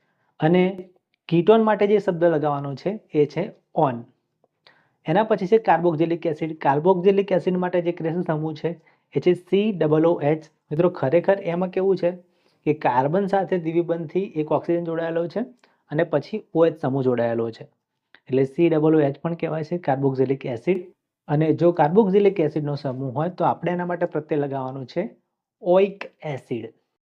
ત્યારબાદ છે આલ્કિન અને આલ્કાઇન. મિત્રો આલ્કિન અને આલ્કાઇનનું એકદમ સહેલું છે, આપણે આની પહેલા જોઈ ગયા છીએ કે આલ્કિન હોય તો ઇન લગાવીએ છીએ અને આલ્કાઇન હોય તો આઇન લગાવીએ છીએ. ચાલો કેટલાક ઉદાહરણ જોઈએ એટલે તમને આનું નામકરણ આવડી જશે. ચાલો સૌથી પહેલા આપણે લઈએ છીએ પ્રોપેન. પ્રોપેનનું અણુસૂત્ર તમને આવડતું જ હશે. પ્રોપેનનું અણુસૂત્ર શું થાય? C3H8. તો હવે એનું આપણે બંધારણ બતાવવું હોય તો કેવી રીતે? તો 3 કાર્બન C. હવે હાઇડ્રોજન બતાવો 3, 2 અને બીજા 3, એટલે 3 ને 3 6 અને 2 8. એટલે આ પ્રોપેનનું એક બંધારણ છે. હવે પ્રોપેન છે, પ્રોપેનમાં જે 8 હાઇડ્રોજન છે એમાંથી કોઈક હાઇડ્રોજનને દૂર કરી દઈએ છીએ અને એની જગ્યાએ ક્લોરીન લગાવી દઈએ છીએ. તો આનું નામકરણ શું થશે મિત્રો? તો આપણે વાત કરી હતી કે જો ક્લોરીન લગાવેલો હોય તો ક્લોરીન માટે આપણે શબ્દ લગાવવાનો છે ક્લોરો, અને આ બાકીનું બંધારણ તો પ્રોપેનનું જ છે, એટલે આનું નામ થશે ક્લોરોપ્રોપેન. આને બીજી રીતે લખવું હોય તો કઈ રીતે લખી શકાય? CH3 CH2 CH2 Cl, એટલે ક્લોરોપ્રોપેન એ પણ એ રીતે લખી શકાય છે. બીજું ઉદાહરણ લઈએ મિત્રો, બ્રોમો ઇથેન. બ્રોમો ઇથેન કઈ રીતે દર્શાવાશે? તમે જુઓ કે પહેલા ઇથેન છે તો આપણે ઇથેનનું બંધારણ બતાવીએ છીએ CH3CH3. હવે CH3CH3 માંથી કોઈ એક હાઇડ્રોજનને દૂર કરી દઈએ અને એની જગ્યાએ બ્રોમિન લગાવી દઈએ તો એનું નામ શું થશે? Bromo ethane. ચાલો મિત્રો બ્રોમો પેન્ટેનની રચના કરીએ. તો પહેલા પેન્ટેનનું સૂત્ર આપણે આવડવું જોઈએ, અને પેન્ટેનના સૂત્રના આધારે એનું બંધારણ સૂત્ર આપણે દોરતા આવડવું જોઈએ. તો પેન્ટેનનો નંબર આવે 5 એટલે કાર્બન કેટલા હોય 5 અને હાઇડ્રોજન કેટલા યાદ કરો methane, ethane, propane, butane, pentane 4, 6, 8, 10 અને 12 એટલે C5H12 એ પેન્ટેનનું છે. હવે એમાંથી આપણે કોઈ એક હાઇડ્રોજન દૂર કરી દઈએ છીએ અને એની જગ્યાએ લગાવી દઈએ છીએ બ્રોમિન. તો થઈ ગયું બ્રોમો પેન્ટેન. ચાલો મિત્રો હવે કોઈ આલ્કોહોલનું એક ઉદાહરણ લઈ લઈએ. ધારો કે આ એક આલ્કોહોલનું ઉદાહરણ છે CH3 CH2 CH2OH. ચલો આનું નામ શું થશે? તો મિત્રો યાદ કરજો કે આલ્કોહોલ છે, આલ્કોહોલ માટે જે ક્રિયાશીલ સમૂહ છે OH છે અને OH હોય તો આપણે ઓલ શબ્દ લગાવવાનો છે. હવે કાર્બનની ગણતરી કરો કે કાર્બન કેટલા છે CH3 CH2 CH2 એટલે એમાં 3 કાર્બન છે. 3 કાર્બન હોય તો એ બંધારણ કયું કહેવાય પ્રોપેન. કોઈ દ્વિબંધ કે ત્રિબંધ છે નહીં એટલે પ્રોપીન કે પ્રોપાઇન બનતું નથી. CH3 CH2 CH2 છે એટલે એ પ્રોપેન છે અને સાથે શું જોડેલું છે OH એટલે ઓલ. તો પ્રોપેન ઓલ પ્રોપેન ઓલની સંધિ જોડો એટલે શું બને પ્રોપેનોલ. ચાલો મિત્રો એ જ રીતે આપણે એક આલ્ડીહાઇડનું ઉદાહરણ લઈએ છીએ. આ એક આલ્ડીહાઇડનું ઉદાહરણ છે. તમે જુઓ આનું આપણે નામકરણ કરીએ તો અહીંયા સૂત્ર છે CH3 CH2 CHO. હવે મિત્રો અહીંયા કાર્બન કેટલા છે 3 તો એનું નામ શું થશે પ્રોપેન. અને છેલ્લે તમે જુઓ કે સમૂહ ક્રિયાશીલ સમૂહ કયો છે COH એટલે કે CHO જેને આપણે આલ્ડીહાઇડ કહીએ છીએ. આલ્ડીહાઇડ હોય તો કયો પ્રત્યય લગાવવાનો આવે છે નાલ એટલે આનું નામ થશે પ્રોપેનનાલ. ચાલો મિત્રો હવે એક કીટોનનું ઉદાહરણ લઈએ. તમે જુઓ અહીંયા એક કીટોનનું ઉદાહરણ આપવામાં આવેલું છે CH3 CO CH2 CH3. તો મિત્રો આની અંદર કાર્બન કેટલા છે તમે ગણો 1 2 3 અને 4. 4 કાર્બન હોય તો બ્યુટેન અને સમૂહ કયો છે CO સમૂહ એટલે કીટોન હોય તો આપણે કયો પ્રત્યય લગાવીએ છીએ નોન. તો આનું નામ શું થશે 4 કાર્બન છે 4 કાર્બન વાળું પ્રોપેન ના કહેવાય બ્યુટેન કહેવાય એટલે બ્યુટેનોન એટલે બ્યુટેનોન. છેલ્લે મિત્રો કાર્બોક્સિલિક એસિડનું એક ઉદાહરણ લઈ લઈએ છીએ આપણે. જેમ કે CH3 COOH. તો કેટલા કાર્બન છે 2 કાર્બન હોય તો શું થાય ઇથેન થાય બરાબર. અને COOH છે COOH હોય એટલે કે કાર્બોક્સિલિક એસિડ કયો શબ્દ લગાવવાનો ઓઇક એસિડ તો એ થશે ઇથેનોઇક એસિડ બરાબર. મિત્રો આ છે કાર્બનના સંયોજનોનું નામકરણ. આમ તો નામકરણ આ સહેલા છે કારણ કે આના પછી 11મા 12મા ધોરણની અંદર જે કેમિસ્ટ્રી સબ્જેક્ટ આવે છે એની અંદર IUPAC નામકરણ આવે છે એના કરતાં થોડુંક ટફ આવે છે એટલે એમાં તમને ભારે સંયોજન આપવામાં આવશે. પણ મિત્રો અત્યારે 10મા ધોરણની અંદર એકદમ સહેલા નામકરણ છે એટલે તમને આવડી જશે. કોઈ પ્રશ્ન કે કોઈ ચિંતા કરવાની જરૂર નથી. રાસાયણિક ગુણધર્મો મિત્રો એમાં પહેલું છે દહન. દહન એ એવી પ્રક્રિયા છે કે જેમાં કાર્બનને આપણે ઓક્સિજન સાથે પ્રક્રિયા કરાવીએ છીએ એટલે કે કાર્બનને સળગાવીએ છીએ એટલે કે એનું દહન થાય છે. જ્યારે કાર્બનનું દહન થાય છે એટલે કે ઓક્સિજન સાથે પ્રક્રિયા થાય છે ત્યારે કાર્બન ડાયોક્સાઇડ વાયુ પેદા થાય છે અને ઉષ્મા અને પ્રકાશ ઉત્પન્ન થાય છે.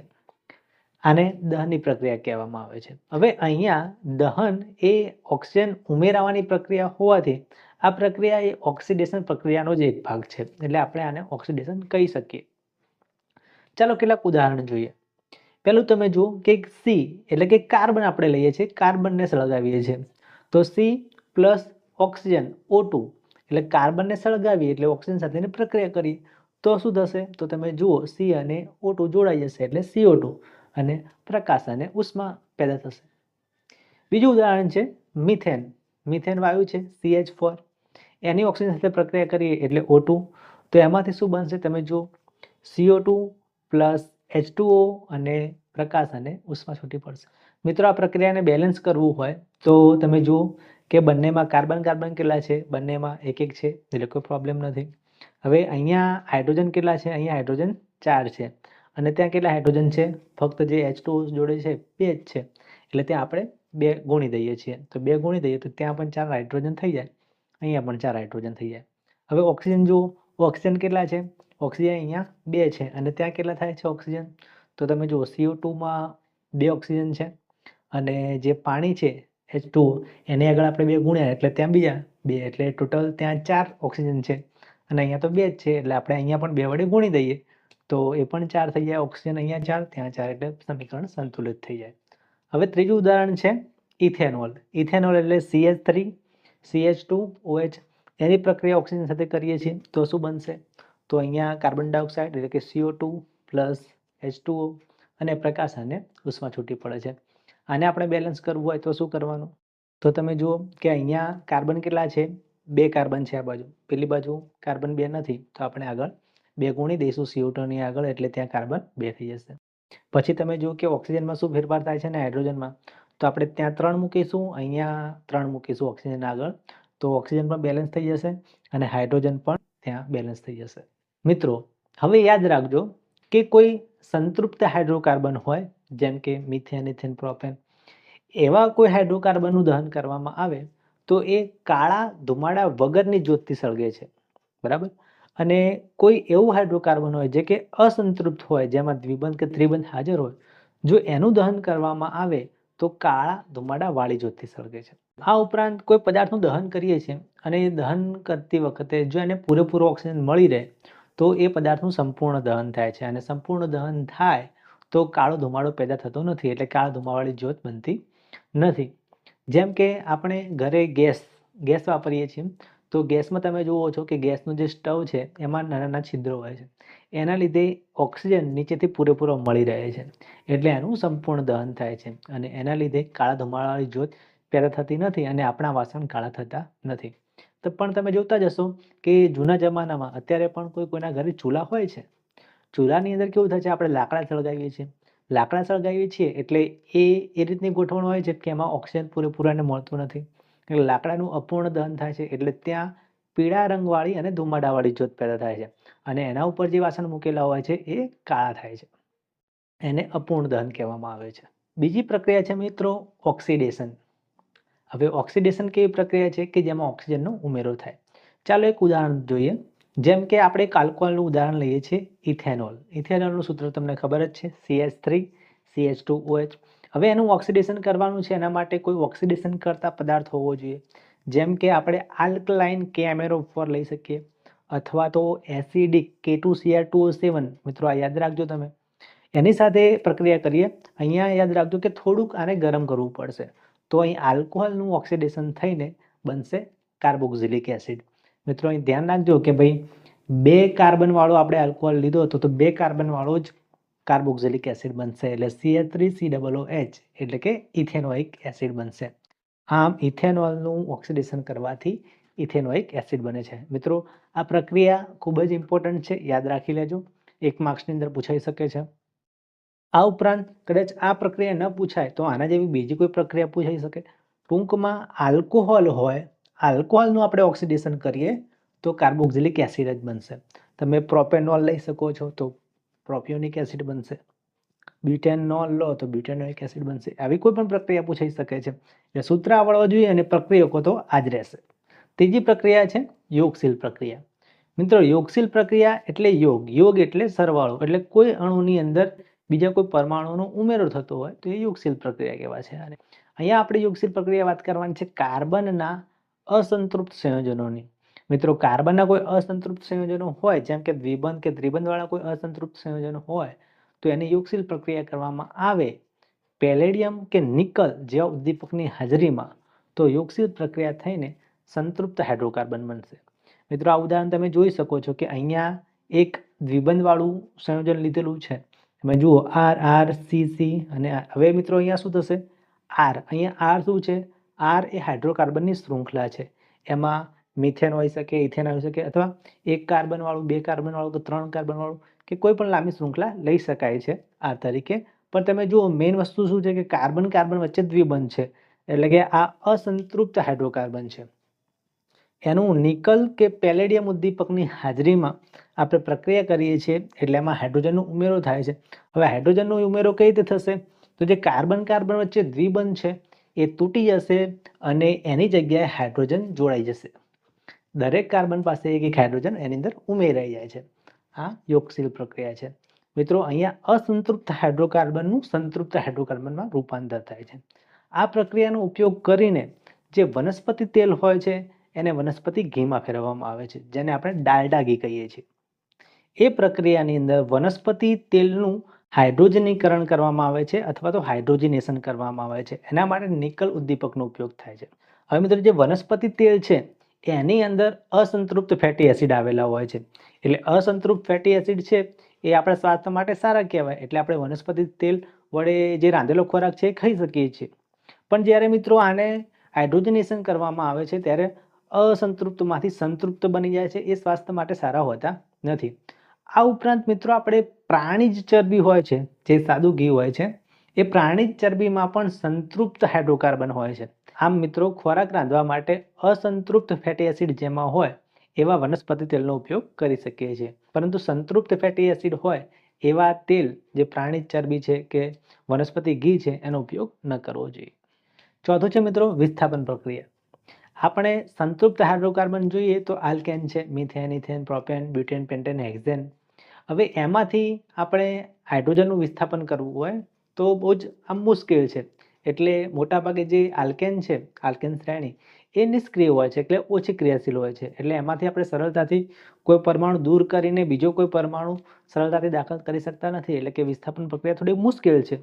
પણ તેમ છતાં ક્લોરીન છે, એ ક્લોરીન સૂર્યપ્રકાશની હાજરીમાં હાઇડ્રોકાર્બનમાં રહેલા હાઇડ્રોજનનું વિસ્થાપન કરી દે છે. એનું એક ઉદાહરણ લઈ લઈએ. જેમ કે મિથેન, મિથેનની ક્લોરીન સાથે પ્રક્રિયા કરીએ તો મિથેન એ સંતૃપ્ત હાઇડ્રોકાર્બન છે. ક્લોરીન છે, હવે ક્લોરીનની પ્રક્રિયા સૂર્યપ્રકાશની હાજરીમાં થાય છે. એટલે ક્લોરીન શું કરે છે, CH4માંથી એક હાઇડ્રોજનને નીકાળીને એની જગ્યાએ પોતે લાગી જાય છે. એટલે CH4માંથી થઈ જાય છે CH3, એક હાઇડ્રોજન નીકળી ગયો છે અને એની સાથે ક્લોરીન જોડાઈ જાય છે. એટલે શું બને છે, CH3Cl, જેને આપણે ક્લોરોમિથેન કહીએ છીએ. અને સાથે સાથે જે હાઇડ્રોજન મુક્ત થાય છે એ પહેલામાંથી જે ક્લોરીન મુક્ત થયેલો છે એની સાથે જોડાઈને HCl બનાવી દે છે. આમ સંતૃપ્ત હાઇડ્રોકાર્બનમાં કાર્બન સાથે જોડાયેલા હાઇડ્રોજનનું અન્ય કોઈ પરમાણુ જેમ કે ક્લોરીન વડે વિસ્થાપન કરવામાં આવે તો આ પ્રક્રિયાને વિસ્થાપન પ્રક્રિયા કહેવામાં આવે છે. ચાલો હવે કેટલાક કાર્બનના મહત્વપૂર્ણ સંયોજનોની વાત કરી લઈએ. જેમ કે ઇથેનોલ અને ઇથેનોઇક એસિડ. આ વિડીયોમાં આપણે ઇથેનોલની વાત કરીશું અને ઇથેનોઇક એસિડની બીજા કોઈ વિડીયોમાં વાત કરીએ. ઇથેનોલ. ઇથેનોલ પ્રવાહી સ્વરૂપે હોય છે. મોટાભાગના જે આલ્કોહોલિક પીણા હોય છે, જેમ કે દારૂ, એની અંદર આ આલ્કોહોલનું પ્રમાણ એટલે કે ઇથેનોલનું પ્રમાણ હોય જ છે. આ ઉપરાંત એ પાણીમાં દ્રાવ્ય હોય છે. એટલે કે પાણીમાં એને ઓગાળવામાં આવે તો એ સરળતાથી ઓગળી જાય છે. આ ઉપરાંત એક સારું દ્રાવક છે. એટલે ઘણી દવાઓમાં પણ તેનો ઉપયોગ થાય છે, જેમ કે ટિંચર આયોડિનની અંદર. આ ઉપરાંત આપણે એને કફ સિરપ થઈ ગયા હોય, ખાંસી થયું એના માટે જે આપણે કફ સિરપ પીએ છીએ એમાં પણ એનો ઉપયોગ થાય છે ઘણી વખત. અને ઘણી જે ટોનિક દવાઓ આવતી હોય છે એ ટોનિક્સમાં પણ એનો ઉપયોગ થતો હોય છે. જો આલ્કોહોલનું પ્રમાણ ઓછું હોય અને એવા કોઈ દ્રવ્યનું આપણે સેવન કરીએ તો એ આપણા સ્વાસ્થ્ય માટે સારું હોતું જ નથી. પણ જો અતિ શુદ્ધ કે વધારે શુદ્ધ આલ્કોહોલ પીવામાં આવી જાય તો એ આપણા માટે ખૂબ ઘાતક નીવડી શકે છે. એટલે મિત્રો આલ્કોહોલનું સેવન ન કરવું જોઈએ. મિત્રો ઇથેનોલની બે પ્રક્રિયાઓ તમારે યાદ રાખવાની છે. એક સોડિયમ સાથેની પ્રક્રિયા અને બીજી છે નિર્જલીકરણની પ્રક્રિયા. જો સોડિયમ સાથે ઇથેનોલની પ્રક્રિયા કરવામાં આવે એટલે કે સોડિયમ પ્લસ ઇથેનોલ, ઇથેનોલનું સૂત્ર CH3CH2OH, એની સાથે પ્રક્રિયા કરવામાં આવે છે ત્યારે એમાંથી બને છે સોડિયમ ઇથોક્સાઇડ અને હાઇડ્રોજન વાયુ દૂર થાય છે. મિત્રો આ પ્રક્રિયા યાદ રાખવી તો કેવી રીતે યાદ રાખવાની? તો જે ઇથેનોલ છે CH3CH2OH, એમાં જે છેલ્લો હાઇડ્રોજન છે એને દૂર કરીને ખાલી સોડિયમ લગાવી દેવાનું છે. બસ આ રીતે સમીકરણ યાદ રાખવાનું છે. તો CH3CH2O Na બનશે અને બે અણુ લીધેલા છે એટલે H2 દૂર થાય છે. બીજી છે નિર્જલીકરણની પ્રક્રિયા. એની અંદર જે ઇથેનોલ છે એની પ્રક્રિયા સલ્ફ્યુરિક એસિડ સાથે કરવાની છે. એ પણ સાંદ્ર સલ્ફ્યુરિક એસિડ અને 443 ડિગ્રી કેલ્વિન તાપમાને, એટલે કે થોડું ગરમ હોવું જોઈએ. હવે સલ્ફ્યુરિક એસિડ છે એની સાથે પ્રક્રિયા કરવામાં આવે છે આલ્કોહોલની, ત્યારે આ આલ્કોહોલ જે છે એમાંથી પાણીનો અણુ દૂર થાય છે. હવે મિત્રો આ એક રીતે યાદ રાખશો, તમે જુઓ CH3CH2OH. હવે તમારે આમાંથી H2O નો અણુ દૂર કરવાનો છે. એટલે પહેલા CH3માંથી એક નિકાલ દેવાનું, છેલ્લે OH, તો H2O દૂર થઈ જાય છે અને વધે છે શું? CH2CH2. તો CH2CH2 ની વચ્ચે દ્વિબંધ આવી જાય છે. આમ ઇથિન બને છે. એ ઇથેનોઇક એસિડની. ઇથેનોઇક એસિડ શું છે? તો ઇથેનોઇક એસિડ એ કાર્બોક્સિલિક એસિડની જે સમાંતરની શ્રેણી આવે છે એમાં જે બીજા નંબરનું જે કાર્બન છે, એટલે કે 2 કાર્બન વાળું કાર્બોક્સિલિક એસિડ છે, એનું સૂત્ર CH3COOH છે. આ ઉપરાંત એ એસિટિક એસિડના નામે પણ ઓળખાય છે. મિત્રો આનું 5 થી 8% દ્રાવણ જો પાણીમાં બનાવવામાં આવે તો આપણે એને સરકો કહીએ છીએ. બીજા શબ્દોમાં એને વિનેગર પણ કહેવામાં આવે છે. આ વિનેગર કે સરકો એ રસોઈમાં પણ વપરાય છે, ઉપરાંત અથાણાની અંદર પણ વપરાય છે. મિત્રો, આ ઇથેનોઇક એસિડનું જો શુદ્ધ સ્વરૂપ લેવામાં આવે તો એનું ગલનબિંદુ 290 કેલ્વિન છે. એટલે જો ઠંડી આબોહવા હોય તો આ ઇથેનોઇક એસિડ એ થીજી જાય છે અને એને ગ્લેશિયલ એસિટિક એસિડ પણ કહેવામાં આવે છે. મિત્રો, જે મિનરલ એસિડ હોય છે જેમ કે HCl, H2SO4 એ બધા એસિડનું આયનીકરણ થાય છે. એટલે કે જો આપણે પાણીમાં એને નાખીએ તો એનું આયનોમાં વિભાજન થાય છે. પરંતુ આ ઇથેનોઇક એસિડ જે કાર્બોક્સિલિક એસિડ જ છે એને જો પાણીમાં નાખવામાં આવે તો એનું આયનીકરણ થતું નથી, કારણ કે આ નિર્બળ એસિડ છે. ચાલો મિત્રો, હવે જોઈએ ઇથેનોઇક એસિડની પ્રક્રિયાઓ. એમાં સૌથી પહેલી પ્રક્રિયા છે એસ્ટરીકરણ, જેને એસ્ટ્રીફિકેશન પણ કહેવામાં આવે છે. મિત્રો, આ પ્રક્રિયામાં જે આલ્કોહોલ હોય છે એ આલ્કોહોલની પ્રક્રિયા એસિડ સાથે કરવામાં આવે છે અને અંતે એસ્ટર બને છે, જે મીઠી સુવાસ ધરાવતું હોય છે. ચાલો જોઈએ. જુઓ, જેમ કે ઇથેનોલ એટલે કે CH3CH2OH એની પ્રક્રિયા આપણે એસિડ સાથે કરીએ છીએ. અહીંયા આપણે લઈએ છીએ એસિટિક એસિડ CH3COOH. અહીંયા મિત્રો, આ પ્રક્રિયા કરવા માટે એની અંદર થોડોક એસિડ ઉમેરવો પડશે, જેમ કે HCl અથવા H2SO4 ને થોડા ટીપા ઉમેરવામાં આવે છે. તો એ બંને વચ્ચે પ્રક્રિયા થાય છે અને એમાંથી એસ્ટર બને છે. અહીંયા જુઓ તમે મિત્રો કે જ્યારે આ પ્રક્રિયા થાય છે ત્યારે H અને OH દૂર થઈને H2O છૂટું પડે છે અને વધે છે એસ્ટર.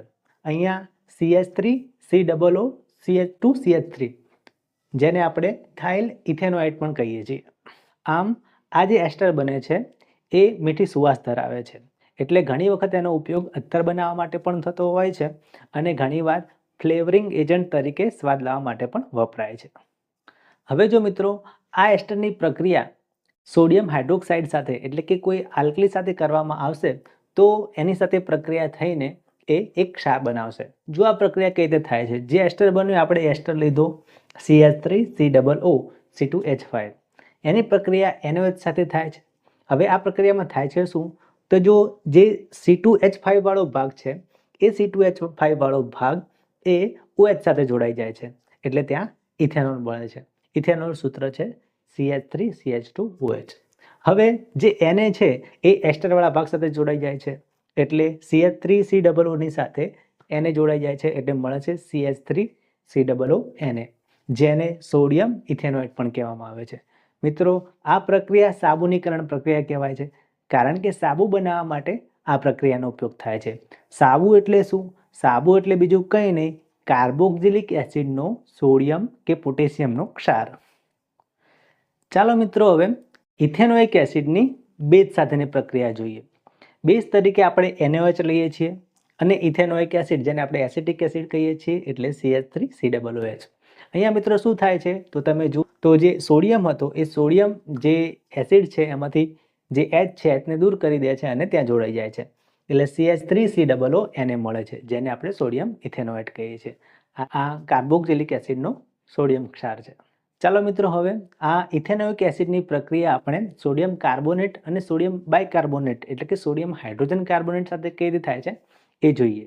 તો મિત્રો, આપણે એસિડની પ્રક્રિયા સોડિયમ કાર્બોનેટ અને સોડિયમ હાઇડ્રોજન કાર્બોનેટ સાથે પ્રકરણ 2માં શીખેલા છીએ. જો તમને યાદ ન હોય તો આઈ બટન ઉપર ક્લિક કરીને તમે એ વિડીયો ફરીથી જોઈ લો. પણ આ વિડીયોમાં આપણે શું જોવાનું છે તો કાર્બોક્સિલિક એસિડની પ્રક્રિયા સોડિયમ કાર્બોનેટ અને સોડિયમ બાયકાર્બોનેટ સાથે જોવાની છે. એ વિડીયોની અંદર તમે જોશો તો તમને યાદ હશે તો આપણે એ વખતે HCl નો ઉપયોગ કર્યો હતો, પણ અહીંયા આપણે કાર્બોક્સિલિક એસિડ તરીકે ઇથેનોઇક એસિડનો ઉપયોગ કરવાનો છે. જો મિત્રો, CH3COOH અને સોડિયમ કાર્બોનેટ એટલે કે Na2CO3, અને બીજા સમીકરણમાં આપણે લેવાનું છે એસિટિક એસિડ એટલે CH3COOH અને સોડિયમ બાયકાર્બોનેટ એટલે કે NaHCO3. મિત્રો, પેલા વિડીયોમાં જે રીતે પ્રક્રિયા થતી હતી એ જ પ્રક્રિયા અહીંયા થાય છે. તમે જુઓ તો અહીંયા એક કાર્બન ડાયોક્સાઇડનો અણુ છૂટો પડે છે, એક પાણીનો અણુ છૂટો પડે છે અને સોડિયમનો એક ક્ષાર છૂટો પડે છે. આ બંને પ્રક્રિયામાં તમે જોશો તો જે સોડિયમ ક્ષાર છૂટો પડે છે એ CH3COO Na છે, એટલે કે કાર્બોક્સિલિક એસિડનો સોડિયમ ક્ષાર બને છે. ચાલો મિત્રો, હવે બીજા ટોપિક ઉપર વાત કરીએ, એ છે સાબુ અને પ્રક્ષાલકો. મિત્રો, પ્રક્ષાલકો એટલે આપણે જે ઘરમાં ડિટર્જન્ટ વાપરીએ છીએ તે. તો પહેલા વાત કરીએ સાબુની. તો સાબુ શું છે? તો સાબુ એ કાર્બોક્સિલિક એસિડના સોડિયમ અને પોટેશિયમના ક્ષાર છે. ચાલો હવે સાબુના અણુની રચના જોઈએ. તમે જુઓ તો આ સાબુનો એક અણુ છે. હવે એની અંદર રચના કેવી હોય છે? તો એના બે ભાગ પડે છે. એક હાઇડ્રોકાર્બન વાળો ભાગ કે જે તમને આડી અવળી આમ પૂંછડી સ્વરૂપે દર્શાવેલો છે. આ જે ભાગ છે એને હાઇડ્રોકાર્બનનો ભાગ કહેવામાં આવે છે અને પૂંછડી પણ કહેવામાં આવે છે. અને બીજો જે ભાગ છે એ આયનીય ભાગ છે, જેને હેડ પણ કહેવામાં આવે છે, એટલે કે માથું. હવે જે પહેલો ભાગ છે કે જે હાઇડ્રોકાર્બનનો બનેલો છે એ પાણી પ્રત્યે અપાકર્ષણ દર્શાવે છે. એટલે પાણી સાથે એને વેર છે, એટલે પાણી સાથે જોડાઈ શકતો નથી, એટલે એને હાઇડ્રોફોબિક ભાગ કહેવામાં આવે છે. એ ભાગ પાણીમાં અદ્રાવ્ય રહે છે, એટલે પાણી સાથે જોડાઈ શકતો નથી. પણ જે આ બીજો ભાગ છે એ પાણી પ્રત્યે આકર્ષણ ધરાવે છે, એટલે કે આ જલ અનુરાગી છે અને પેલો જલ વિરાગી હતો. હવે આ જે ભાગ છે એની પાસે સોડિયમ આયન હોય છે, એટલે એ ધ્રુવીય ભાગ છે, એટલે પાણી સાથે જોડાઈ જાય છે અને પાણી પ્રત્યે આકર્ષણ ધરાવે છે. તેથી આ ભાગને જલ અનુરાગી કે હાઇડ્રોફિલિક ભાગ કહેવામાં આવે છે. હવે મિત્રો, આ સાબુ કઈ રીતે કામ કરે છે? તો આપણા કપડાં જે મેલા હોય છે એના મેલ ઉપર તૈલી પદાર્થ હોય છે, એટલે કે જે મેલ હોય છે એ તૈલી પદાર્થ હોય છે. હવે એ તૈલી પદાર્થ છે એ પાણીમાં તો ઓગળશે નહીં. પાણીમાં ઓગળશે નહીં એટલે ડાયરેક્ટ આપણે પાણી વડે ધોવા જઈએ છીએ તો પાણી વડે મેલ દૂર થતો નથી. એના માટે આપણે સાબુની જરૂર પડે છે. હવે આમાં કઈ ક્રિયાવિધિ થાય છે તો તમે સમજો. તો જુઓ, મેલનો એક અણુ છે કે કોઈ ટીમ્પું છે. હવે જે સાબુનો અણુ હતો જેના બે ભાગ હતા, એક હાઇડ્રોફિલિક અને હાઇડ્રોફોબિક, એમાંથી જે હાઇડ્રોફોબિક ભાગ હતો એ તૈલી પદાર્થનો જે ભાગ હોય છે એની સાથે જોડાઈ જાય છે. એટલે કે જે સાબુનો અણુ હતો એ સાબુના અણુમાંથી જે પૂંછડીવાળો ભાગ છે એ તૈલી જે ડાઘ છે એની સાથે જોડાઈ જાય છે. કેમ? કારણ કે બીજો ભાગ તો સોડિયમવાળો ભાગ છે, જે જલ અનુરાગી છે એટલે પાણી સાથે જોડાશે, અને જે બીજો પૂંછડીવાળો ભાગ છે એ તૈલી પદાર્થ સાથે જોડાઈ જાય છે. હવે મિત્રો, થાય છે શું? તો આવા સાબુના લાખો કરોડો અણુઓ એ તૈલી પદાર્થની આજુબાજુ વીંટળાઈ જાય છે, અને વીંટળાઈ જાય છે અને એક રચના બનાવે છે, અને આ રચનાને મિસેલ કહેવામાં આવે છે. હવે આ રચનાને તમે ધ્યાનથી જુઓ. આ રચનામાં શું છે? તો વચ્ચે એક તૈલી પદાર્થ છે અને આજુબાજુ લાખોની સંખ્યાની અંદર સાબુના અણુ જોડાયેલા છે. આ સાબુના અણુ કેવી રીતે જોડાયેલા છે? તો દરેકનો જે પૂંછડીવાળો ભાગ છે, જે હાઇડ્રોફોબિક ભાગ છે, જેને આપણે જળ વિરાગી કહીએ છીએ, એ જળ વિરાગી ભાગ તૈલી પદાર્થ સાથે જોડાયેલો છે, અને જે સોડિયમ વાળો ભાગ છે, સોડિયમ આયન વાળો, એ બહારની તરફ છે. હવે જ્યારે પાણી આવે છે એ પાણી આ સોડિયમના જે આયન છે એની સાથે જોડાઈ જાય છે, કારણ કે એ હાઇડ્રોફિલિક ભાગ છે એટલે પાણી પ્રત્યે આકર્ષણ ધરાવે છે. એટલે જ્યારે પાણી આવે છે ત્યારે એ બહારનો ભાગ છે એ પાણી સાથે જોડાઈ જાય છે, એટલે પાણી સાથે એ આખો અણુ દૂર થાય છે. એટલે પાણી સાથે આ હાઇડ્રોફિલિક ભાગ જોડાય છે અને એના છેડે તો તૈલી પદાર્થ જોડાયેલો જ છે, એટલે પાણી સાથે આખો તૈલી પદાર્થ એટલે કે જે મેલ છે એ દૂર થાય છે. મિત્રો, અહીંયા સાબુનું જે પાણીમાં દ્રાવણ બને છે એને ઇમલ્ઝન કે પાયસો કહેવામાં આવે છે. ઘણીવાર મિત્રો, પાણીમાં મેગ્નેશિયમ કે કેલ્શિયમના ક્ષાર દ્રાવ્ય થયેલા હોય છે, જેના લીધે એ પાણી બરાબર સફાઈ કરી શકતું નથી, અને એમાં આ સાબુ પણ કંઈ કામમાં આવતો નથી. કેમ? કારણ કે સાબુ છે એ આ જે કેલ્શિયમ કે મેગ્નેશિયમ જેવા ક્ષારો પાણીમાં ઓગળેલા હોય છે ત્યારે અવક્ષેપ બનાવી દે છે, જે અદ્રાવ્ય રહે છે. આમ જો પાણી કઠિન હોય, એટલે કે એમાં કેલ્શિયમ અને મેગ્નેશિયમના ક્ષારો ઓગળેલા હોય, તો સાબુ વડે બરાબર સફાઈ થતી નથી. એટલા માટે વપરાય છે પ્રક્ષાલકો. પ્રક્ષાલકોને આપણે ડિટર્જન્ટ કહીએ છીએ. એની કામગીરી પણ આ સાબુ જેવી જ છે, એટલે કે એ પણ મિસેલ જેવી જ રચના બનાવે છે, પણ આ જે ડિટર્જન્ટ છે એ કેલ્શિયમ અને મેગ્નેશિયમ જેવા ક્ષારો પાણીમાં ઓગળેલા હોય તો પણ ડિટર્જન્ટ આ કામ કરી દે છે, એટલે કે સફાઈનું કામ કરી દે છે. હવે મિત્રો, આ ડિટર્જન્ટ કે પ્રક્ષાલકની અંદર હોય છે શું? તો એ સલ્ફોનિક એસિડના સોડિયમ કે ક્લોરાઇડ કે બ્રોમાઇડના એમોનિયમ ક્ષાર હોય છે. મિત્રો, આ એવા જે ક્ષાર છે કે જે કેલ્શિયમ અને મેગ્નેશિયમના ક્ષારો પાણીમાં ઓગળેલા હોય, એટલે કે કઠિન પાણી હોય, એની અંદર અદ્રાવ્ય અવક્ષેપ બનાવતા નથી, એટલે સફાઈ કરતા તરીકેનું કામ સારી રીતે કરી શકે છે. મિત્રો, શેમ્પૂ કે કપડાં ધોવાના ડિટર્જન્ટની અંદર આ સલ્ફોનિક એસિડના સોડિયમ ક્લોરાઇડ કે બ્રોમાઇડના એમોનિયમ ક્ષાર આવેલા હોય છે, એટલે સફાઈ કરતા તરીકેનું કામ સારી રીતે કરી શકે છે. તો મિત્રો આ વિડીયોમાં બસ આટલું જ. આ વિડીયો તમને કેવો લાગ્યો ચોક્કસથી જણાવજો. જો આ વિડીયો તમને ગમ્યો હોય તો લાઇક કરો, શેર કરો, કોમેન્ટ કરો અને તમે જો આ ચેનલ પર નવા હો તો સબસ્ક્રાઈબ કરો અને બેલ આઇકોન દબાવવાનું ન ભૂલશો. અને મિત્રો તમને કોઈ ચેપ્ટર અઘરા લાગતા હોય કે કોઈ પ્રશ્ન હોય તો તમે કોમેન્ટમાં જણાવી શકો છો. અને તમે કહો કે હું નેક્સ્ટ જે વિડીયો છે એ કયા ચેપ્ટર ઉપર બનાવું. એટલે તમને કોઈ ચેપ્ટર ઇન્ટરેસ્ટિંગ લાગતું હોય તો એ કોમેન્ટમાં જણાવો. જે ચેપ્ટર ઉપર કોમેન્ટ સૌથી વધારે આવશે હવે નેક્સ્ટ વિડીયો એ ચેપ્ટરનો હશે. अरे भाई अब तो वीडियो को लाइक कर दे और साइंस टीवी गुजराती चैनल को सब्सक्राइब कर दे, नहीं तो तरुण सिर तुझे भी बंदर बना के यहाँ बिठा देंगे.